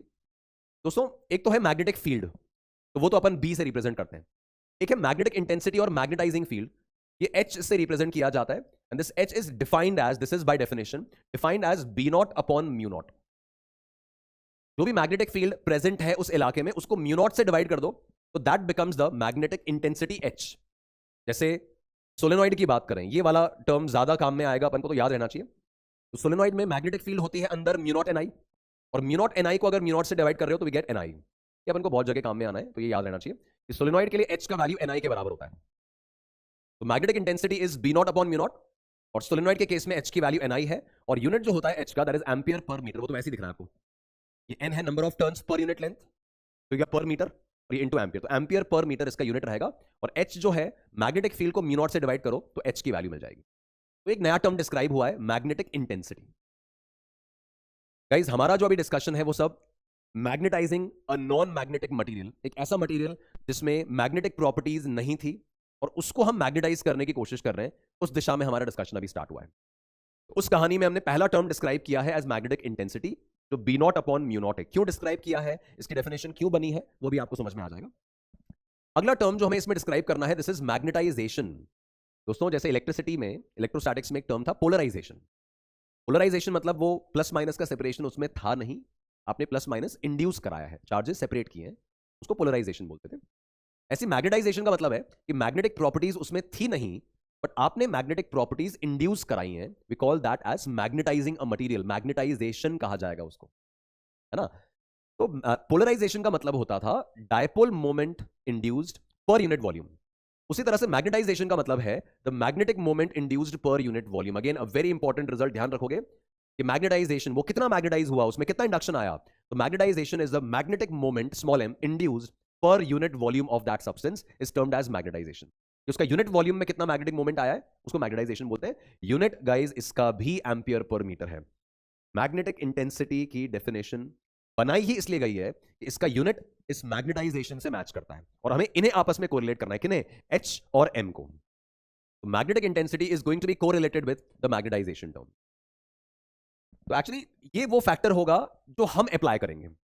जैसे एक सोलेनॉइड आपने लिया और उस सोलेनॉइड के अंदर आपने एक आयरन रॉड प्लेस कर दिया। अब आयरन रॉड बाय नेचर तो मैग्नेटिक प्रॉपर्टीज होल्ड नहीं करती एक मैग्नेट की तरह। तो अब आप इस सोलेनॉइड में अगर करंट चलाओगे तो आप मैग्नेटिक फील्ड बनाएंगे। कितनी मैग्नेटिक फील्ड बनाएंगे? म्यू नॉट एन आई। और एच कितना आएगा? एन आई। ये आप कंट्रोल कर रहे हो, है ना। करंट जैसे जैसे आप सोलेनॉइड में चेंज करोगे आप एच की वैल्यू भी चेंज कर रहे हो। तो एच वो है जो हम कंट्रोल कर रहे हैं, एच वो है जो हमने अप्लाई किया है, वो मैग्नेटिक फील्ड जो मैग्नेटिक इंटेंसिटी हमने अप्लाई की है। और मैग्नेटाइजेशन वो है जो उस आयरन रॉड में इंड्यूस होगा। तो हमारे लगाए हुए एच के बदले इसमें कितना कैपिटल एम, कितना मैग्नेटाइजेशन आने वाला है उस बात पे चर्चा हो रही है। हमारा अप्लाइड पैरामीटर कौन सा है? एच। और इसमें इंड्यूस होने वाला मैटर कौन सा है? एम। तो एच हो गया मैग्नेटिक इंटेंसिटी जो मैग्नेटिक फील्ड से रिलेट हो रहा है, और एम हो गया magnetization which is magnetic moment per unit volume जो इसमें इंड्यूस होगा। तो अब जैसे ही आप वो सोलेनॉइड और आयरन रॉड वाला सिचुएशन देखें दोस्तों, उसके अंदर दो फील्ड्स अब आप नोटिस कर सकते हैं। एक मैग्नेटिक फील्ड तो वो होगी जो सोलेनॉइड ने खुद बनाई है ना। सोलेनॉइड कितना फील्ड बनाया? तो बी नॉट बनाया। म्यू नॉट एन आई जो अपना नॉर्मल होता है ना, वो बी नॉट फील्ड उसने बनाया। और दूसरा वो होगा जो इसमें इंड्यूस होगा, जो इस आयरन रॉड की प्रेजेंस की वजह से इसमें इंडक्शन आएगा। तो अपन यहां पर टोटल फील्ड लिख रहे हैं। जो नेट फील्ड अंदर बनेगा किसमें? इस पूरे आयरन स्लैब के प्रेजेंस में नेट फील्ड कितना बनेगा? तो एक तो होगा जो मैग्नेटिक फील्ड हमने एक्सटर्नली अप्लाई किया, और एक वो होगा जो मैग्नेटिक फील्ड अंदर इंड्यूस हुआ। उन दोनों का वेक्टर समेशन जो हमने अप्लाई किया है, वो है बी नॉट। उसको लिख सकते हैं अपन मी नॉट टाइम्स एच, है ना। जो हमने अप्लाई किया मतलब सोलेनॉइड ने अपने करंट की वजह से जो मी नॉट एन आई बनाया, वो यहां पे लिख सकते हैं। वो जाएगा आपका, वो अप्लाइड मैग्नेटिक फील्ड होगी मी नॉट टाइम्स एच। तो ये हो जाएगा mu naught times H plus जो इंड्यूस हुआ है। दोस्तों एच का यूनिट है एम्पियर पर मीटर। इस एम्पियर पर मीटर वाले को म्यू नॉट से मल्टीप्लाई करते हैं तो मैग्नेटिक फील्ड का यूनिट बनता है Tesla. Ampere per metre unit वाले को म्यू नॉट से मल्टीप्लाई करते हैं तो टेस्ला बन रहा है। नाउ मैग्नेटाइजेशन का यूनिट भी वही है, एम्पियर पर मीटर। इसको भी अगर म्यू नॉट से मल्टीप्लाई करेंगे तो ये भी मैग्नेटिक फील्ड का यूनिट बनेगा, बट वो इंड्यूस्ड वाला बनेगा। तो एक्सटर्नल को लिख सकते हैं म्यू नॉट टाइम्स एच और इंड्यूस को लिख सकते हैं म्यू नॉट टाइम्स एम। ठीक है, यहां से आपका टोटल मैग्नेटिक फील्ड बन गया mu naught times H plus M. अब मैंने अभी आपको बोला था एच वो चीज है जो हमने अप्लाई की है और एम वो चीज है जो इसमें इंड्यूस हुई है। तो ये जो मैग्नेटाइजेशन होता है ना, this is actually proportional to the H that you have applied. जितना ज्यादा मैग्नेटिक फील्ड आप अप्लाई करोगे, जितना मैग्नेटिक इंटेंसिटी आप अप्लाई करोगे, उतना ज्यादा उसमें मैग्नेटाइजेशन आने की पॉसिबिलिटी है। तो magnetic intense this magnetization is directly proportional to the magnetization induced is proportional to the magnetic field applied. और यहां जो प्रोपोर्शनैलिटी कांस्टेंट आता है that is the susceptibility of the material. कि अलग अलग मटेरियल में अलग अलग टाइप का मैग्नेटाइजेशन आएगा। आप 4 टेस्ला की मैग्नेटिक फील्ड आयरन में लगाओ और फिर 4 टेस्ला की मैग्नेटिक फील्ड कॉपर में लगाओ, आप 4 टेस्ला की मैग्नेटिक फील्ड एल्निको में लगाओ, स्टील में लगाओ, सब अलग अलग रिस्पॉन्ड करेंगे। क्यों? बिकॉज सबका ससेप्टेबिलिटी अलग है। इसको मैग्नेटिक ससेप्टेबिलिटी बोलते हैं। तो कितना मैग्नेटिक इंटेंसिटी लगाने के बदले उसमें कितना मैग्नेटाइजेशन इंड्यूस होगा, वो प्रोपोर्शनैलिटी फैक्टर ससेप्टेबिलिटी होता है। अब इसको बना दिया जाता है वेक्टर के फॉर्म में। तो जाए की वैल्यू, जैसे जाए का वैल्यू 1 है तो जितना एच लगाया उतना एम आ गया। जाए का वैल्यू 0.5 है तो जितना एच लगाया उसका आधा ही मैग्नेटाइजेशन हुआ। जाए की वैल्यू 100 है फॉर एग्जांपल, तो मैग्नेटिक इंटेंसिटी एच है, तो मैग्नेटाइजेशन जो इंड्यूस हो रहा है ना, वो आपकी लगाई हुई फील्ड से 100 गुना ज्यादा है। मतलब ये ससेप्टेबिलिटी ये बात इंडिकेट करता है। तो जाए इज बेसिकली द फैक्टर कि कितना एच लगाने के बदले आपको कितना एम इंड्यूस्ड मिलने वाला है, वो ससेप्टेबिलिटी से पता चल रहा है। तो यहां अगर एम को मैं जाए टाइम्स एच प्लेस कर देता हूं, ये मैग्नेटिक ससेप्टेबिलिटी आ गया। द मैग्नेटाइजेशन ऑब्टेन्ड इज जाए times susceptibility times the magnetic intensity applied. Important result. अब यहां एम की जगह लिख रहा हूं जाए टाइम्स एच। ये बी नेट जो था, ये म्यू नॉट बाहर था, अंदर था H plus M, H plus M, M को लिख रहा हूं जाई टाइम्स एच, इसमें ये एच बाहर आ जाएगा, तो ये हो गया म्यू नॉट इंटू 1 प्लस जाई टाइम्स एच। ठीक है, अगर सोलेनॉइड के केस में देखें तो जल्दी समझ में आएगा। तो सोलेनॉइड के केस में एच कितना था, सोलेनॉइड के केस में भी एच की बात हुई थी, दिस इज एनआई, ये सोलेनॉइड के केस में एनआई था, तो अगर मैं यहां पे एनआई लिख देता हूं तो ये हो गया म्यू नॉट इंटू 1 प्लस जाई टाइम्स एनआई। तो दोस्तों हमने ये तो पहले ही सीखा हुआ था कि अगर मैं सोलेनॉइड के अंदर कोई और मीडियम भर दूं, अगर यहां पर वैक्यूम भरा होता, वैक्यूम ही होता, तो मैग्नेटिक फील्ड होनी चाहिए थी म्यू नॉट एनआई, और जैसे ही मीडियम चेंज कर देते तो क्या करते थे, म्यू नॉट को म्यू आर से मल्टीप्लाई कर देते, रिलेटिव परमिएबिलिटी से मल्टीप्लाई कर देते थे। तो यहां मैग्नेटिक फील्ड एक्सपेक्टेड कितनी थी, तो mu R times mu naught NI expected थी। जैसे ही मीडियम चेंज करते थे तो मैग्नेटिक फील्ड में म्यू नॉट को म्यू आर से मल्टीप्लाई करना होता, ये जानते हैं अपन, इससे तुलना कर लो इसकी, तो mu naught NI, mu naught NI, that means ये जो म्यू आर है ना, दिस म्यू आर का value is 1 plus time, this is a very crucial result. जो रिलेटिव परमेबिलिटी है वो 1 प्लस ससेप्टेबिलिटी के बराबर है, relative permeability mu R 1 plus xi के बराबर है, ये भूलना नहीं है, म्यू आर का वैल्यू 1 प्लस जाय के बराबर होगा, म्यू आर भी डायमेंशनलेस है और जाय भी डायमेंशनलेस है, कोई यूनिट नहीं है, कोई डायमेंशन नहीं है। तो ये एक पूरा खांचा आपका बन गया, पूरा एक फ्रेमवर्क बन गया जिसको आपको ध्यान रखना चाहिए। इसमें एक चीज और इंपॉर्टेंट होती है कि ये कोई और मटेरियल रखने से जो मैग्नेटिक फील्ड अंदर बनी उसमें फ्रैक्शनल चेंज कितना आया, कि जब वैक्यूम था तो फील्ड कितनी थी और जब मीडियम भर दिया तो फील्ड कितनी हो गई, उसमें कितना फ्रैक्शनल चेंज आया वो देख रहे हैं। तो देखो guys, we know that the fractional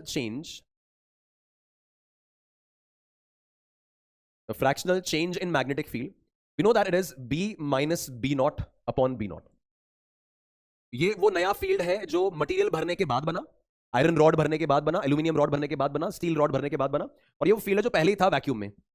अब ये जो बी बना है टोटल, ये कितना है, म्यू नॉट टाइम्स 1 प्लस जाई इंटू एच। सोलेनॉइड की बात नहीं कर रहे, मान लो इन जनरल भी लिखें, तो नया फील्ड जो है this is mu naught times 1 plus जाई इंटू एच माइनस, पहले जो फील्ड बनी वैक्यूम में, जो फील्ड बनी उसको लिख सकते हैं, बी नॉट को क्या लिख सकते हैं, म्यू नॉट एच। जो बिना मटेरियल भरे फील्ड बनेगी वो कितनी आएगी, mu naught H, and that upon B naught, तो वो भी आ जाएगा म्यू नॉट एच। अब ओवरऑल देखें तो म्यू नॉट एच तो कैंसिल हो रहा है और ओवरऑल हमारे पास बच रहा है, तो म्यू नॉट कैंसिल हुआ, एच कैंसिल हुआ, this is 1 plus chi minus 1, that value comes out as chi. Again guys, this is a very crucial result कि जब आप एक मटेरियल भर देते हैं उस सोलेनॉइड में या किसी भी स्ट्रक्चर में, तो उसके अंदर fractional change in magnetic field कितना आता है उस नए मीडियम की वजह से, तो that is equal to the susceptibility of that material. जितना उसका ससेप्टेबिलिटी है, जितना उसका जाय है, उतने ही फ्रैक्शनल चेंज मैग्नेटिक फील्ड में आएगा। परसेंटेज के चेंज कितना आएगा, तो भाई इंटू 100 कर लो, इसी को इंटू 100 कर लो। ये एज अ रिजल्ट आपको याद रखना चाहिए, डेफिनेटली कुछ कुछ केसेस में, कुछ कुछ क्वेश्चंस में डायरेक्टली काम करेगा, है ना। तो चलिए इसकी एप्लीकेशन देखते हैं। अब इन क्वेश्चंस के बाद नेक्स्ट पॉइंट आ रहा है about classification of magnetic materials. तो मैग्नेटिक मटेरियल्स को क्लासिफाई कैसे किया जाता है, ये सब कुछ होता है ऑन द बेसिस ऑफ जाय। ये ससेप्टेबिलिटी जो अपने पढ़ा ना, उसी के दम पे सब कुछ हो रहा है। मैग्नेटाइजेशन इज जाय times H, susceptibility times H. तो कितना मैग्नेटिक फील्ड लगाने पर, किस तरह का मैग्नेटिक फील्ड लगाने पर, मैंने बोला था ये वो है जो हमने लगाया और ये वो है जो इसमें इंड्यूस हुआ है। तो कितना मैग्नेटिक फील्ड लगाने पर किस तरह का इंडक्शन होगा, it depends on the value of जाय। भाई अगर किसी का जाय 0 है तो आप कुछ भी करते रहो, मैग्नेटाइजेशन होगा ही नहीं। अगर किसी का जाय बहुत छोटा है तो आपने बड़ी फील्ड लगाई बट उसके अंदर इंडक्शन छोटा सा हुआ। किसी का जाय नेगेटिव है, अगर है तो देख लेंगे अभी, तो जो आपने एच लगाया ना उसके विपरीत मैग्नेटाइजेशन हो गया, उसके ऑपोजिट हो गया। किसी का जाय 500 1000 है, तो जो आप मैग्नेटिक फील्ड लगा रहे हो उससे 1000 गुना मैग्नेटाइजेशन हो रहा है। तो इसमें ज्यादा मैग्नेटाइजेशन होगा, किसमें कम होगा, किसमें होगा ही नहीं, it all depends on the value of susceptibility. तो मैग्नेटिक मटेरियल्स का कैटेगराइजेशन किया जाता है as diamagnetic, paramagnetic, ferromagnetic on the basis of value of susceptibility xi. तो ये 3 नाम हमें डिस्क्राइब करने हैं guys, starting with the first category, diamagnetic substance. तो सिंपल सिंपल रिजल्ट्स हैं इसके, समझा देता हूं पूरा। देखो डायमैग्नेटिक सब्सटेंसेस वो हैं जिसके अंदर जो मॉलिक्यूल्स है ना, उनके पास खुद का कोई मैग्नेटिक मोमेंट नहीं होता है शुरुआत में। डायमैग्नेटिक की बात कर रहा हूं मैं। उस मटेरियल का खुद का कोई मतलब उसकी जो अंदर मॉलिक्यूल्स घूम रहे हैं ना मटेरियल में, उनके पास खुद का कोई साउथ नॉर्थ पोल होता नहीं है मॉलिक्यूल्स के पास। जैसे नॉन पोलर मॉलिक्यूल्स होते हैं ना, कैपेसिटर्स में पढ़ा था आपने, ऐसे ही जिसमें प्लस माइनस सेपरेटेड नहीं होता, ऐसे ही डायमैग्नेटिक सब्सटेंस में जो अंदर मॉलिक्यूल्स हैं उनमें ऑलरेडी प्लस माइनस सेपरेट नहीं होता। तो मॉलिक्यूल्स के पास खुद का कोई मैग्नेटिक मोमेंट नहीं है। कब? शुरुआत में खुद का कोई मैग्नेटिक मोमेंट नहीं है। So that becomes the first point. The individual atoms do not possess any dipole moment of their own. Now, जब इन्हें मैग्नेटिक फील्ड में रखा जाता है, ये फीचर्स ऑब्जर्व्ड फीचर्स हैं गाइस, मतलब अलग अलग मटेरियल्स को फील्ड में रख के देखा और जो जो ऑब्जर्वेशंस निकल के आए उन्हें रिजल्ट्स के फॉर्म में हमारे सामने प्लेस कर लिया गया। हम उस कहानी को, उस रिजल्ट को, उस ऑब्जर्वेशन को, एक्सपेरिमेंट को पढ़ रहे हैं बस। तो जब एक डायमैग्नेटिक सब्सटेंस को मैग्नेटिक फील्ड में रखा जाता है तो it is weekly repelled by the magnet, it is weakly repelled by the magnetic field. So this has a tendency of moving from strong to the weak field region. ये एक important result है जो आपको ध्यान रखना है। Diamagnetic substances जो है ना, इनका नेचर ये है कि फील्ड से रिपेल होते हैं। तो जब इन्हें नॉन यूनिफॉर्म फील्ड में रखेंगे तो ये स्ट्रॉन्ग फील्ड रीजन से वीक फील्ड रीजन की तरफ जाने की कोशिश करेंगे। उसकी प्रॉपर्टी है, टेंडेंसी है, ध्यान रखना है। नाउ दोस्तों, इसका जो ससेप्टेबिलिटी है, तो मैं भी आपको समझा रहा था कि सारा गेम ससेप्टेबिलिटी के दम पे चल रहा है। तो susceptibility of diamagnetic materials, this जाई इट्स नेगेटिव एंड स्मॉल। एक तो वैल्यू मैग्नीट्यूड में बहुत छोटा है बट साइन नेगेटिव है। उससे क्या होगा? मान लो ये है 10 to the power -3 but negative sign. Negative होने से हुआ कि जो मैग्नेटाइजेशन होगा ना, जो इंडक्शन होगा, वो लगाई हुई फील्ड के ऑपोजिट होगा, लगाई हुई फील्ड के विपरीत होगा। और स्मॉल मैग्नीट्यूड का मतलब इसका कोई खास मैग्नेटाइजेशन नहीं हो रहा। अगर ये 10 to the power -3 है, 10⁻³ तो मैग्नेटाइजेशन लगाई हुई फील्ड से 1/1000 टाइम्स है, 1000 गुना कम है। तो बहुत हल्का फुल्का मैग्नेटाइजेशन हुआ और वो भी ऑपोजिट साइन, ऑपोजिट डायरेक्शन में। तो ये डायमैग्नेटिक सब्सटेंसेस की प्रॉपर्टी है दोस्तों कि उसका chi it's negative and small, this chi is negative and small susceptibility, और ये 10 to the power -5 के ऑर्डर का होता है with minus sign, and it is independent of temperature. ये अपन को बात काम में आती है कई बार कि ससेप्टिबिलिटी, आगे देखेंगे, पैरामैग्नेटिक फेरोमैग्नेटिक में टेम्परेचर डिपेंडेंट होती है, बट डायमैग्नेटिक में ससेप्टिबिलिटी टेम्परेचर से इंडिपेंडेंट है। ठीक है, अब म्यू आर अपन ने क्या पढ़ा है? म्यू आर अपन ने पढ़ा है 1 + जाय। अब यार, जाय का वैल्यू मैग्नीट्यूड में तो है बहुत छोटा, 10⁻⁵, 10⁻³ 0.00001, बट नेगेटिव है। तो 1 प्लस एक छोटा सा वैल्यू जो नेगेटिव है, तो ये 1 प्लस माइनस ऑफ 0.001 करूंगा तो ये जो वैल्यू आएगा ना, ये 1 से थोड़ा सा छोटा आ जाएगा। पॉजिटिव रहेगा बट 1 से स्लाइटली छोटा हो जाएगा, मतलब 0.99999 ऐसे कुछ आ जाएगा, है ना। तो म्यू आर जो है that is slightly lesser than unity, lesser than 1। तो ये डायमैग्नेटिक के फीचर्स हैं कि इनका जाय नेगेटिव एंड स्मॉल होता है। तो ये ऑपोजिटली मैग्नेटाइज होते हैं बट कम, बहुत कम अमाउंट में मैग्नेटाइज हुआ, बट वो भी विपरीत में ऑपोजिट हो गया। और जाय अगर नेगेटिव एंड स्मॉल है, बहुत छोटा वैल्यू है, तो म्यू आर पॉजिटिव तो रहेगा बट 1 माइनस समथिंग हो गया ना, 1 माइनस समथिंग मतलब ये 1 से थोड़ी सी छोटी वैल्यू आ गई। अच्छा, डायमैग्नेटिक सब्सटेंस में आप देखो तो अगर आप नेट मैग्नेटिक फील्ड लिखोगे ना अंदर, डायमैग्नेटिक सब्सटेंस के अंदर, तो नेट मैग्नेटिक फील्ड होती है B external plus B induced का वेक्टर समेशन, एक्सटर्नल और इंड्यूस्ड का वेक्टर समेशन। तो एक्सटर्नल तो ये है जो हमने लगाई थी, और इंड्यूस्ड वाली मैंने भी आपको बताई, एक्सटर्नल के विपरीत इंडक्शन हुआ है, एक्सटर्नल के ऑपोजिट इंडक्शन हुआ है, तो अंदर फील्ड जो होगी वो एक्सटर्नल से कम हो जाएगी। जो इंड्यूस्ड फील्ड है वो एक्सटर्नल के ऑपोजिट है, तो सब्ट्रैक्ट होकर वो फील्ड अंदर कम हो जाएगी। तो ये फील्ड लाइंस को थोड़ा सा दूर दिखा दिया जाता है, ये इंडिकेट करने के लिए कि अंदर फील्ड बाहर की तुलना में कम हो गई है। तो वो पॉइंट इंडिकेट हो गया। तो यहां पे फील्ड लाइंस थोड़ा क्राउडेड है और यहां थोड़ा दूर दिखा दिया। यहां जो मैग्नेटिक फील्ड है this B net is less than B external, तो बाहर की तुलना में फील्ड लाइंस थोड़ा सा दूर बना दी। और ऐसा कहा जाता है, मतलब ये डायग्राम के हिसाब से कहा जाता है, this diamagnetic substance has a tendency to repel the field lines. Field lines को दूर भगा रहा है, दूर कर रहा है, और अंदर फील्ड एक्सटर्नल की तुलना में कम है। क्यों कम है? बिकॉज वो ऑपोजिटली मैग्नेटाइज हुआ है, वो अप्लाइड फील्ड के विपरीत मैग्नेटाइज हो गया, और वो भी बहुत कम हुआ है। तो कोई खास फायदा नहीं होता इन मटीरियल से। एक तो बहुत कम मैग्नेटाइज हुए और वो भी ऑपोजिट हो गए, कोई खास बेनिफिट डायमैग्नेटिक सब्सटेंसेस का निकल नहीं आता, बट हाँ प्रॉपर्टीज आपको ध्यान रखनी है इसकी। नाउ पैरामैग्नेटिक में देखें तो इसके जो एटम्स होते हैं ना, इनके पास ऑलरेडी एक मैग्नेटिक मोमेंट होता है। तो ये आपका एक पैरामैग्नेटिक सब्सटेंस है, इसके पास ऑलरेडी नॉर्थ साउथ पोलैरिटी होती है। किसके पास? पूरे मटेरियल के पास नहीं, अंदर के एटम्स, मॉलिक्यूल्स के पास। तो मॉलिक्यूल्स के पास ऑलरेडी एक साउथ नॉर्थ पोलैरिटी है, बट अंदर सारे डायपोल्स रैंडमली अलाइंड हैं, तो नेट डायपोल मोमेंट मिला जुलाकर सब जीरो हो जाता है। तो ये जो डायमैग्नेटिक सब्सटेंस है, इस पूरे सब्सटेंस के पास साउथ नॉर्थ पोलैरिटी नहीं है। अंदर जो मॉलिक्यूल्स हैं इनके पास साउथ नॉर्थ पोलैरिटी थी, बट सब रैंडमली अलाइंड थे, तो नेट मैग्नेटिक मोमेंट देखोगे तो सब नलिफाई होकर जीरो होगा। तो पूरे मटेरियल के पास साउथ नॉर्थ पोलैरिटी नहीं है, केवल एटम्स के पास है, केवल मॉलिक्यूल्स के पास है। अच्छा, डायमैग्नेटिक में मॉलिक्यूल्स के पास भी नहीं थी south north polarity, but paramagnetic में the individual atoms and molecules they have the dipole moment of their own initially, but random alignment के कारण नेट जीरो रहता है। अब जैसे ही अपन मैग्नेटिक फील्ड लगाते हैं ना, जैसे अपन एक्सटर्नल मैग्नेटिक फील्ड लगाएंगे, इन सारे डायपोल्स पे जो रैंडमली भाग रहे थे दे will all experience a torque.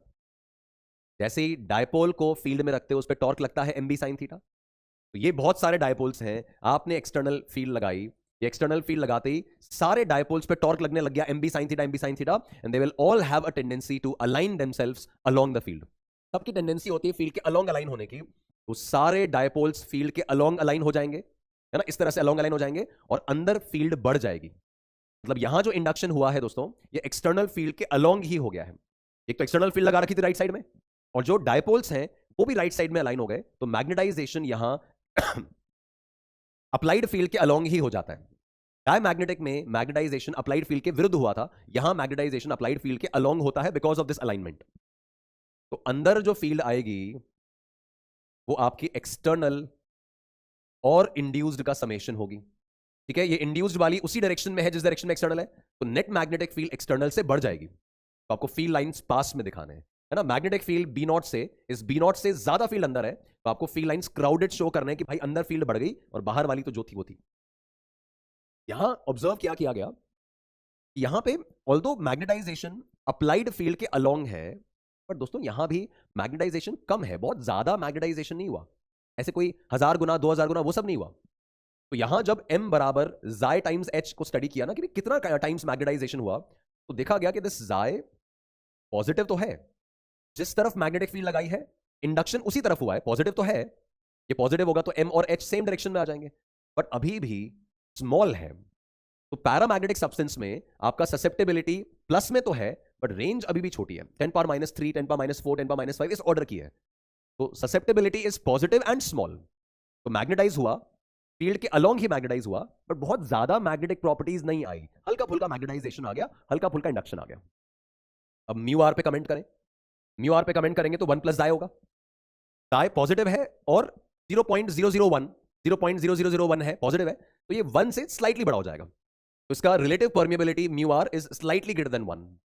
तो ऐसे रिजल्ट्स फॉर्मेट में ध्यान रखने कि फील्ड में रखने से डायपोल्स का क्या हो रहा है, अलोंग अलाइन हो रहे हैं कि ऑपोजिट हो रहे हैं, अंदर फील्ड बढ़ रही है कि कम हो रही है, उसके हिसाब से जाय पॉजिटिव होगा नेगेटिव होगा, लार्ज होगा कि स्मॉल होगा, म्यू आर पे क्या कमेंट आएगा, डायग्राम कैसा बनेगा, सेम रिजल्ट तीनों मटेरियल्स पे अप्लाई होंगे, सेम कैटेगरी मतलब। देन गाइज एक बात यहां पर आती है, ससेप्टेबिलिटी का टेम्परेचर डिपेंडेंस, ये ध्यान रखना है, भूलना नहीं है दोस्तों। जैसे जैसे जैसे डायमैग्नेटिक में मैंने कहा था ससेप्टेबिलिटी टेम्परेचर से इंडिपेंडेंट है, वहां टेम्परेचर डिपेंडेंसी नहीं है।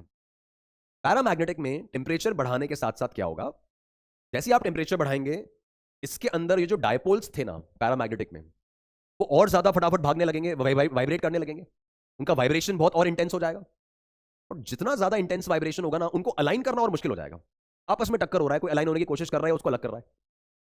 टेम्परेचर बढ़ाते ही उन्हें अलाइन करना इट गेट्स डिफिकल्ट, अलाइनमेंट अगर डिफिकल्ट होगा तो मैग्नेटाइजेशन और मुश्किल हो जाएगा कि भाई अलाइन हो ही नहीं पा रहे, मैग्नेटाइज हो ही नहीं पा रहा है, इंडक्शन आ ही नहीं पा रहा है। तो मैग्नेटाइजेशन अगर डिफिकल्ट होगा, मैग्नेटाइज अगर हो ही नहीं पाएगा ज्यादा, तो जाय की वैल्यू कम होने लगेगी कि भाई और कम मैग्नेटाइज हो रहा है ये, तो टेम्परेचर बढ़ाने से और रैंडम हो गए मॉलिक्यूल्स, रैंडम हो गए तो अलाइनमेंट और मुश्किल हो गया टॉर्क लगाकर, तो मैग्नेटाइजेशन बहुत स्ट्रांग हो नहीं पाया। तो the susceptibility is found to be inversely proportional to temperature, ये याद रहना चाहिए, this is Curie's law, susceptibility is inversely proportional to temperature, मतलब जाय1 अपॉन जाय2 will be equals to T2 upon T1, है ना। ये अपने लिए अगेन इंपॉर्टेंट रिजल्ट है कि पैरामैग्नेटिक सब्सटेंस में susceptibility is inversely proportional to temperature, तो जाय1 बाय जाय2 इज T2 बाय T1। इसमें जाय और टी में ग्राफ पूछें, इनवर्स प्रोपोर्शनैलिटी है, तो जाय एंड टी में अगर ग्राफ आएगा तो वो हाइपरबोलिक शेप आएगा इनवर्स प्रोपोर्शनैलिटी के कारण। अगर ये ससेप्टेबिलिटी वर्सेस टेम्परेचर ग्राफ पूछे, तो that susceptibility versus temperature graph is going to be a rectangular hyperbola because of inverse proportionality. तो ये क्यूरीज लॉ है जो पैरामैग्नेटिक सब्सटेंसेस में अप्लाई होता है। देन अच्छा, पैरामैग्नेटिक में एक बात और है कि अगर मैं बहुत ज्यादा फील्ड अप्लाई कर दूं, एक्सटर्नल फील्ड जो H हम अप्लाई कर रहे थे और M उसके कारण इंड्यूस हो रहा था, अगर मैं H की वैल्यू बहुत बढ़ा दूं, इंडक्शन मतलब एक्सटर्नल फील्ड बहुत ज्यादा बढ़ा दिया, तो इतना ज्यादा फील्ड लगा दिया कि आप सारे के सारे डायपोल्स को अलाइन कर चुके हो, तो अभी और अलाइनमेंट करने के लिए कुछ बचा ही नहीं। तो फील्ड स्ट्रेंथ एक्सटर्नल वाला इतना ज्यादा लगा चुके हैं कि सारे डायपोल्स अलाइन हो गए, तो ऐसे केस में हमारा मटेरियल सैचुरेशन मैग्नेटाइजेशन पे पहुंच चुका होगा कि भाई इससे ज्यादा और मैग्नेटाइज नहीं कर सकते, तो वो सैचुरेशन मैग्नेटाइजेशन आ गया है ना। ये कब आ रहा है? जब आपने एक्सटर्नल फील्ड इतनी ज्यादा कर दी that all the dipoles torque झेल के सब अलाइन हो गए, अब और अलाइन करने को कुछ नहीं बचा और इंडक्शन लाने को कुछ नहीं बचा। वी कॉल दैट कि मटेरियल सैचुरेशन मैग्नेटाइजेशन पे आ चुका है, राइट। तो ये आपका डायमैग्नेटिक का डिस्क्रिप्शन हुआ। अब फेरोमैग्नेटिक पे आते हैं। फेरोमैग्नेटिक में देखो होता क्या है कि ये जो अंदर आप स्ट्रक्चर देख रहे हो ना, इसमें क्या होता है कि एक जैसे डायपोल्स, मतलब मान लो एक बहुत सारे डायपोल्स हैं, उसमें से एक ग्रुप है जिसमें डायपोल्स सारे इस तरफ अलाइंड हैं। तो ये इस तरफ अलाइन, इस तरफ पॉइंट करने वाले सारे डायपोल्स एक ही इलाके में रह रहे हैं। ये सारे एक ही इलाके में रह रहे हैं, ऐसे पॉइंट करने वाले डायपोल्स। फिर लेट्स से ऐसे ऊपर की तरफ पॉइंट करने वाले जितने भी डायपोल्स हैं वो सारे एक ही इलाके में रह रहे हैं। तो मान लीजिए वो ये इलाका मुझे मिला कि यहां पर जितने भी डायपोल्स हैं वो सारे ऐसे वाले हैं। We call these regions as domains. Ferromagnetic substance और पैरामैग्नेटिक सब्सटेंस में यही फर्क होता है। पैरामैग्नेटिक में भी मॉलिक्यूल्स के पास खुद का मैग्नेटिक मोमेंट था, फेरोमैग्नेटिक में भी सबके पास अपना अपना मैग्नेटिक मोमेंट है, पर यहां एक जैसे मैग्नेटिक मोमेंट अलाइनमेंट वाले लोग एक साथ रहते हैं, ऐसे कॉलोनीज बनी हुई हैं, and these colonies are called domains. ऐसे वाले एक साथ हैं, ऐसे वाले एक साथ हैं, दे आर कॉल्ड डोमेन्स। अब जैसे ही हम एक्सटर्नल फील्ड लगाते हैं, सिंस इनमें रैंडमाइजेशन कम है, एक जैसे लोग एक साथ है, तो जैसे एक्सटर्नल फील्ड लगाओगे ना, टॉर्क एमबी साइन थीटा के कारण सारे के सारे डायपोल्स खट से अलाइन हो जाएंगे। पैरामैग्नेटिक में एक दूसरे को टक्कर मार के, है ना, अलाइन होने में एक ऑब्स्टैकल क्रिएट हो रहा है, ऑब्स्ट्रक्शन क्रिएट हो रहा है। यहां सारे एक जैसे डायपोल्स एक साथ हैं, जैसी टॉर्क लगेगी सारे के सारे ऐसे अलाइन हो जाएंगे। ऐसे केस में भी से दैट ये मटेरियल बहुत हेवीली मैग्नेटाइज होगा। एक तो फील्ड के अलोंग तो होगा ही होगा, बिकॉज सारे डायपोल्स एक्सटर्नल फील्ड के अलोंग अलाइन हो गए, बट अलोंग विद दैट बहुत हेवीली मैग्नेटाइज होगा, बहुत ज्यादा मैग्नेटाइज होगा। अल्टीमेटली काम का मटेरियल यही है। मैग्नेटाइज हो तब तो काम में लेंगे ना, तो ये अल्टीमेटली काम का मटेरियल यही है। तो दोस्तों दोबारा वही matter, m is equals to xi times h। m equals to xi times h में क्या कमेंट कर सकते हैं? तो सिंस यहां पर बहुत हेवीली मैग्नेटाइज हो रहा है और सेम डायरेक्शन में हो रहा है, तो this is positive and large. 1000, 10,000, 1,00,000 इस तरह की वैल्यू आती है, तो ये आपका जो वैल्यू होगा ससेप्टेबिलिटी का, the susceptibility is very large, positive है और बहुत बड़ा है। अच्छा, म्यू आर होता है 1 प्लस डाई, अब 1000, 2000 में 1 और जोड़ दो तो ठीक है, बड़ा तो वो भी रहेगा, तो 1 से बड़ा है, it's a very large value. Again mu R की वैल्यू बहुत बड़ी है। तो क्या कह रहा है ये? फेरोमैग्नेटिक में मैग्नेटिक मोमेंट ऑलरेडी होता है मॉलिक्यूल्स के पास, बात हो गई हमारी। हाँ, ये जैसे मैंने बोला था ना कि डायमैग्नेटिक सब्सटेंस मैग्नेटिक फील्ड से रिपेल होते हैं, तो वो स्ट्रॉन्ग से वीक फील्ड रीजन की तरफ जाते हैं। अब ये मैग्नेटिक फील्ड से अट्रैक्ट हो रहे हैं, ऑब्वियसली यहां तो बहुत जबरदस्त फील्ड सपोर्ट है, तो ये मैग्नेटिक फील्ड से अट्रैक्ट हो रहे हैं, ये वीक फील्ड रीजन से स्ट्रॉन्ग फील्ड रीजन की तरफ जाएंगे जब नॉन यूनिफॉर्म फील्ड में रखे गए। यूनिफॉर्म फील्ड नहीं है ना, तो जहां वीक फील्ड है वहां से स्ट्रॉन्ग फील्ड की तरफ भागेंगे। डायमैग्नेटिक उल्टा काम करेंगे, पैरामैग्नेटिक भी वीक से स्ट्रॉन्ग की तरफ जाएंगे, इनकी तरफ। तो ससेप्टेबिलिटी बोल दिया अपन ने, बहुत बड़ा है। Relative permeability is also very large, बात हो गई अपनी 10 पावर प्लस 3, 10 पावर 5। अब यहां एक मैटर जो अगेन बहुत इंपॉर्टेंट रोल प्ले करता है कि जब आप फेरोमैग्नेटिक सब्सटेंस में टेम्परेचर बढ़ाते हो, तो टेम्परेचर बढ़ाते बढ़ाते बढ़ाते बढ़ाते बढ़ाते बढ़ाते एक टाइम ऐसा आता है कि जब उसकी कॉलोनीज जो हैं, जो डोमेन्स में कह रहा था ना, वो डोमेन्स ब्रेक हो जाती हैं। वो क्या हल्के हल्के बॉन्ड्स ही हैं, वो कुछ नहीं, बॉन्डिंग बॉन्डिंग का बना हुआ है। तो जब आप फेरोमैग्नेटिक सब्सटेंस का टेम्परेचर बढ़ाते जाते हैं, तो एक पॉइंट ऑफ टाइम पे the domains break, the domains disappear. और एक बार फेरोमैग्नेटिक सब्सटेंस के डोमेन डिसअपियर हो गए, तो उसके बाद वो पैरामैग्नेटिक जैसा ही हो गया। पैरामैग्नेटिक और फेरो में क्या डोमेन का तो फर्क था, तो जैसे ही फेरोमैग्नेटिक सब्सटेंस में डोमेन हटा दिया ना, वो पैरामैग्नेटिक ही बन जाएगा। तो गाइस ये ध्यान रखेंगे कि at very high temperatures a ferromagnetic substance converts to a paramagnetic substance. क्यों? बिकॉज डोमेन डिसअपियर हो गए, तो डोमेन हटाने के बाद तो पैरा और फेरो एक जैसे दिखेंगे, बट पैरा का टेम्परेचर बढ़ाने से वो डाई में कन्वर्ट नहीं होगा, डायमैग्नेटिक नहीं बनेगा। पैरा और फेरो में तो क्या हो रहा है, डायपोल्स सामने ही अलाइन हो रहे हैं। डाई में तो उल्टे अलाइनमेंट था, तो टेम्परेचर बढ़ाकर इधर वालों को उधर अलाइन थोड़ी कर दोगे आप। तो टेम्परेचर बढ़ाने से ferromagnetic can be converted to para, but para can never be converted to dia. ठीक है, देन अब फेरोमैग्नेटिक क्यूरीज लॉ कब फॉलो करेंगे? जब वो पहले पैरा तो बने। तो क्यूरीज टेम्परेचर क्रॉस होने के बाद दोस्तों, जिस टेम्परेचर पे फेरोमैग्नेटिक पैरामैग्नेटिक बन जाता है, उसको क्यूरीज टेम्परेचर कहा जाता है, TC. The temperature above which ferromagnetic converts to paramagnetic is called Curie's temperature. और यहां आपका Curie's law Curie's temperature cross होने के बाद में ही आता है। तो अब आपके ऑब्जेक्ट का टेम्परेचर क्यूरीज टेम्परेचर के बियॉन्ड कितना है, ससेप्टेबिलिटी उसकी इनवर्स प्रोपोर्शनैलिटी में होती है। पैरामैग्नेटिक में तो बोला था this susceptibility inverse proportional to T, but यहां तो ये पैरामैग्नेटिक बिहेव करना शुरू कब किया? क्यूरीज टेम्परेचर के बाद में। वो टीसी क्रॉस होने के बाद में, तो इसका ससेप्टेबिलिटी पैरामैग्नेटिक बनने के बाद इनवर्सली प्रोपोर्शनल होता है किसके? क्यूरीज टेम्परेचर से। अब आपका टेम्परेचर कितना ज्यादा है, मतलब क्यूरीज टेम्परेचर है 700 केल्विन और आप 800 केल्विन टेम्परेचर पे आ गए, तो ससेप्टेबिलिटी उस 100 उस डिफरेंस की इनवर्स प्रोपोर्शनलिटी में होगा। तो क्यूरीज लॉ बिहेव करना स्टार्ट होता है, क्यूरीज लॉ ऑब्जर्व करना स्टार्ट होगा क्यूरीज टेम्परेचर के बाद। This xi is inversely proportional to delta T, and delta T is कितना टेम्परेचर, क्यूरीज टेम्परेचर के बियॉन्ड कितना टेम्परेचर है, उसको अपन डेल्टा टी से रिप्रेजेंट कर रहे हैं। तो ये कहानी आ गई, तो ये फेरोमैग्नेटिक का सिचुएशन हुआ दोस्तों। अब फेरोमैग्नेटिक का मेन डिस्क्रिप्शन, फेरोमैग्नेटिक का main description, this is about hysteresis loop. तो अगेन ये आपका बहुत ही क्रूशियल पार्ट है इस चैप्टर का, बहुत ही क्रूशियल एक्सप्लेनेशन है।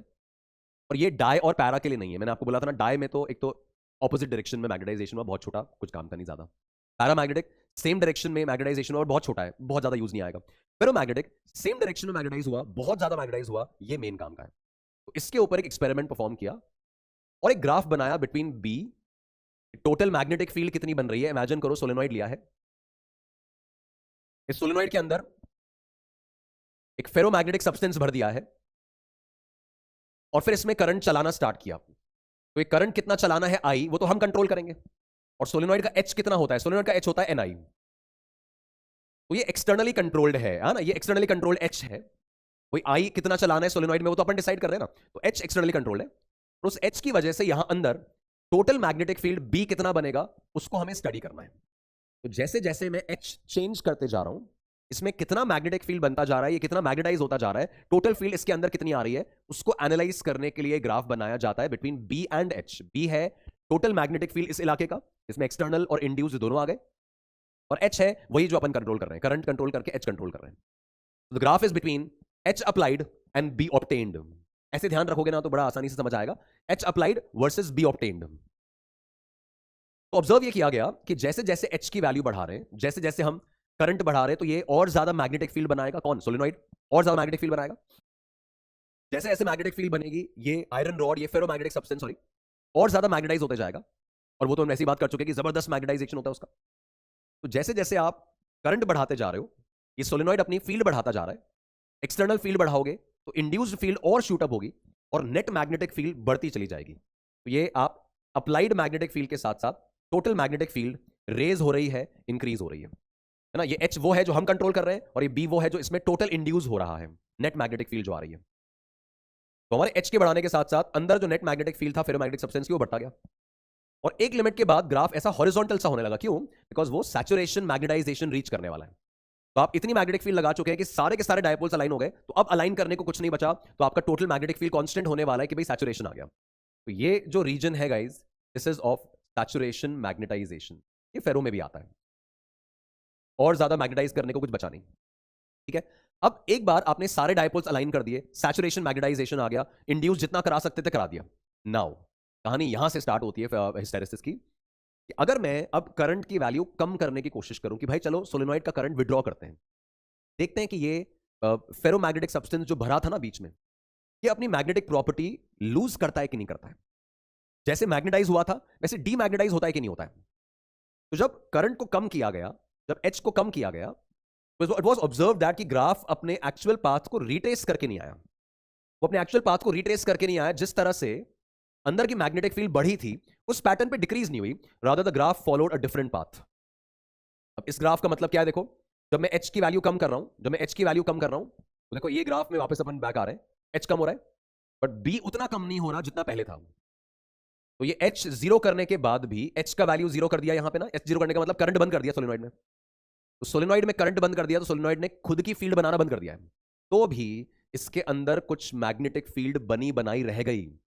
इसका मतलब उस फेरोमैग्नेटिक सब्सटेंस ने अपनी मैग्नेटिक प्रॉपर्टीज गिव अप नहीं की, उसमें कुछ मैग्नेटिक फील्ड बनी बनाई रह गई, और उस बची हुई मैग्नेटिक फील्ड को अपन कहते हैं रेमिनेंस, रिटेंटिविटी। उसने कितना मैग्नेटिक प्रॉपर्टी रिटेन कर लिया, उसमें कितनी मैग्नेटिक फील्ड रिमेनिंग रह गई, we call that as the remanence. ये ओ से लेके बी तक, इस ओ से बी वाला portion is termed as the retentivity,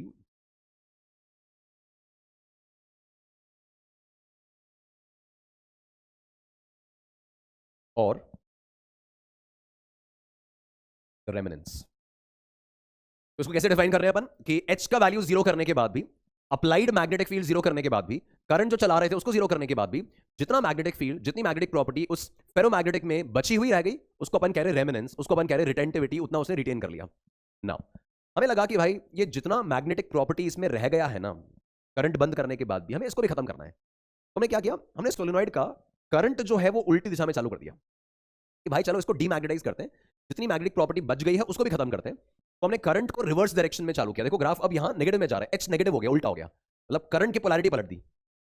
अब यहां पे एच और इंक्रीज कर रहे थे ना नेगेटिव में, तब जाके बी दोबारा डिक्रीज होने लगा। क्यों? बिकॉज जब करंट की डायरेक्शन पलटोगे, सोलेनॉइड उल्टी दिशा में मैग्नेटिक फील्ड बनाएगा, डायपोल्स उल्टी दिशा में अलाइन होने लगेंगे, और एक टाइम बाद नेट मैग्नेटिक फील्ड जो अंदर बचेगी वो जीरो बचेगी। तो आपने पहले तो एच बढ़ा बढ़ाकर अंदर मैग्नेटाइजेशन बढ़ाया, मैग्नेटिक फील्ड बढ़ाते गए, उसको सैचुरेशन तक ले गए, फिर आप करंट कम करने लगे, तो इस सब्सटेंस ने अपनी मैग्नेटिक प्रॉपर्टीज गिव अप नहीं की सारी, कुछ प्रॉपर्टीज रह गई उसके अंदर। तो वो जो प्रॉपर्टीज रह गई उसको बोल रहे रेमिनेंस, रिटेंटिविटी। अब हम उल्टी दिशा में करंट चलाने लगे, एच नेगेटिव हो गया, तो इस एच की वैल्यू के लिए the value of B has become zero. B zero होने का मतलब ये सब्सटेंस में जितना मैग्नेटिक प्रॉपर्टी था वो सब खत्म कर दिया अपन ने। तो एच का कितना वैल्यू लगाने से ये मटेरियल पूरी तरह से डीमैग्नेटाइज हो जाए, अंदर सारी मैग्नेटिक प्रॉपर्टीज खत्म हो जाए, बी नेट का वैल्यू जीरो हो जाए, एच की उस वैल्यू को कहा जाता है कोएर्सिविटी। ये ओ से लेके सी के बीच का गैप जो है, इस ओ से सी के बीच का जो गैप है, दिस इज कॉल्ड कोएर्सिविटी। ठीक है, तो एच का कितना वैल्यू लगाने से बी जीरो हो जाएगा, उसको कोएर्सिविटी कहते हैं। और we can say the value of magnetic intensity, the value of H for which the material gets completely demagnetized, B zero हो जाए पूरी तरह से, उसको coercivity कहा जाता है। तो this is retentivity and this is the coercivity। उसके बाद अब H और इंक्रीज करते गए रिवर्स में, तो रिवर्स में सैचुरेशन आया, और उसके बाद तो वही कहानी रिपीट हो रही है। This graph is termed as the hysteresis graph. Hysteresis का मतलब है लैगिंग बिहाइंड, कि वो अपनी मतलब वो कितना मैग्नेटाइज होगा, वो कितनी मैग्नेटिक प्रॉपर्टीज लेगा, वो उसकी हिस्ट्री पे डिपेंड करता है, वो उसके पीछे उसके पहले क्या कहानी थी उसकी, वो कितना पहले से मैग्नेटाइज था, उस पर डिपेंड करता है कि वो अब कितना मैग्नेटाइज होगा। तो जितना हमने उसको मैग्नेटाइज किया वो पूरी तरह से डीमैग्नेटाइज नहीं होता, कुछ रिटेन कर लेता है, कुछ हिस्ट्री उसकी रह जाती है, और उसी तरह से रिलेट होकर हिस्टेरेसिस, लैगिंग बिहाइंड नाम बनता है। दोस्तों ये पूरा ग्राफ जो है उसको हिस्टेरेसिस कर्व बोलते हैं। इस हिस्टेरेसिस कर्व में आप देखो जितना ज्यादा रिटेंटिविटी होगा, जितना ज्यादा कोएर्सिविटी होगा, वो उतना ही बेटर फेरोमैग्नेटिक सब्सटेंस कहलाएगा, बिकॉज उसने बहुत ज्यादा मैग्नेटिक प्रॉपर्टीज करंट बंद होने के बाद भी अपने अंदर रख लिया। हम यही तो चाहते हैं कि करंट चलता रहे, तब तक मैग्नेटिक प्रॉपर्टी शो कर रहा है तो बढ़िया बात है, बट करंट बंद करने के बाद भी मैग्नेटिक प्रॉपर्टी शो कर रहा है तो बेस्ट है। तो जितना ज्यादा मैग्नेटिक प्रॉपर्टीज वो रिटेन कर लेगा, वो उतना बेटर फेरोमैग्नेटिक सब्सटेंस कहलाएगा, परमानेंट मैग्नेट बनने की उतनी ज्यादा एबिलिटी उसके अंदर होगी। तो अच्छा, ये जो ग्राफ है ना, इस ग्राफ का जो पूरा एरिया है that represents the energy loss, कि हमने इस पर कुछ इन्वेस्टमेंट किया और जब वापस से पीछे लाए तो इसने हमें रिटर्न बैक नहीं किया, तो रिटर्न बैक नहीं किया तो हमारा तो नुकसान हो गया, है ना। तो वो एनर्जी लॉस कहा जाता है। The area of the graph, जितना ब्रॉड ग्राफ होगा उसमें हिस्टेरेसिस लॉस उतना ही ज्यादा होगा। ऑल्दो हम तो यही चाहते थे कि हमारा नुकसान हो, वो मैग्नेटाइज हो जाए, बेटर मैग्नेटाइज हो जाए, बट स्टिल जितना आपने उसको मैग्नेटाइज करने के लिए खर्चा किया, एनर्जी दिया, करंट बंद करने पे उसने आपको लौटाया नहीं, तो आपके लिए वो एक लॉस की तरह माना जाता है। तो that area, the area of the hysteresis graph is directly proportional to the energy invested, the energy loss जो आने वाला है। ठीक है, तो ये पूरा मैंने स्टोरी आपको एक्सप्लेन कर दिया अबाउट कोएर्सिविटी, रिटेंटिविटी एंड ऑल। तो गाइस अब सॉफ्ट मैग्नेटिक मटेरियल और हार्ड मैग्नेटिक मटेरियल्स की कैटेगरी बनती है इस हिस्टेरेसिस लूप को देखते ही। तो ये फेरोमैग्नेटिक की ही दो कैटेगरी है, पैरा और डाई की कैटेगरी नहीं है। पढ़ाई फेरो की जाती है, फोटो फेरो का बनाया जाता है, डायग्राम फिगर हिस्टेरेसिस फेरो का किया जाता है। ये फेरो की दो कैटेगरीज हैं। सॉफ्ट मैग्नेटिक मटेरियल्स वो हैं जिनका हिस्टेरेसिस कर्व नैरो होता है, सकड़ा होता है, ब्रॉड नहीं होता, पतला होता है, तो उसका कोएर्सिविटी भी कम होगा और रिटेंटिविटी भी कम होगा। मतलब करंट विड्रॉ करने के बाद वो बहुत कम मैग्नेटिक प्रॉपर्टीज अपने अंदर बचा लेगा, बहुत कम प्रॉपर्टीज बचाएगा, मैक्सिमम प्रॉपर्टीज वो गिव अप कर देगा, तो उसका हिस्टेरेसिस कर्व, उसकी रिटेंटिविटी कम आएगी। ऐसे मटेरियल्स को सॉफ्ट मैग्नेटिक मटेरियल्स कहा जाता है, जिनका ग्राफ इसमें आ रहा है। हाँ देखो ये है ना, जिनका हिस्टेरेसिस कर्व नैरो है, रिटेंटिविटी कम है, कोएर्सिविटी कम है, we call them as soft magnetic materials. और जिनका रिटेंटिविटी ज्यादा है, कोएर्सिविटी ज्यादा है, ब्रॉड ग्राफ बन रहा है ऐसा, they are hard magnetic materials. तो ये कम मैग्नेटिक प्रॉपर्टीज रिटेन करेंगे और ये बहुत ज्यादा मैग्नेटिक प्रॉपर्टीज अपने अंदर रिटेन कर लेंगे, गिव अप कम करेंगे। तो अब इसमें तो soft magnetic materials they have low retentivity, low coercivity and small hysteresis loss. Graph का एरिया भी कम होगा, रिटेंटिविटी कम होगी, कोएर्सिविटी भी कम होगी। अब इसमें याद रखना है गाइस, कोई ऑप्शन नहीं है, याद रखना है, these are used for making electromagnets, cores of transformers, motors and generators. जिसका हिस्टेरेसिस लूप नैरो है, जिसका कोएर्सिविटी रिटेंटिविटी कम है, उसको इलेक्ट्रोमैग्नेट्स में, ट्रांसफॉर्मर्स में, मोटर्स में, जनरेटर्स में काम में लिए जाता है। याद रहना चाहिए, इस पे डायरेक्ट सवाल आते रहे हैं, बहुत इंपॉर्टेंट है। एग्जांपल क्या है? Soft iron, new metal, stalloy and examples. ये आपको याद रखना है, मतलब कोई और चॉइस ही नहीं होती, याद रखना है अल्टीमेटली। हार्ड मैग्नेटिक मटेरियल जिनका रिटेंटिविटी, कोएर्सिविटी ज्यादा है, जो मैग्नेटिक प्रॉपर्टीज अच्छे से रिटेन कर लेते हैं अपने अंदर, उनका हिस्टेरेसिस लूप ब्रॉडर होता है। ऑल्दो हिस्टेरेसिस लॉस ज्यादा है, बट हमारा फायदा ज्यादा है। तो they are used in electric meters. Again important है, ये याद रखना है। Electric meters, loud speakers and hard magnetic, वो परमानेंट मैग्नेट्स वाला काम ही करते हैं।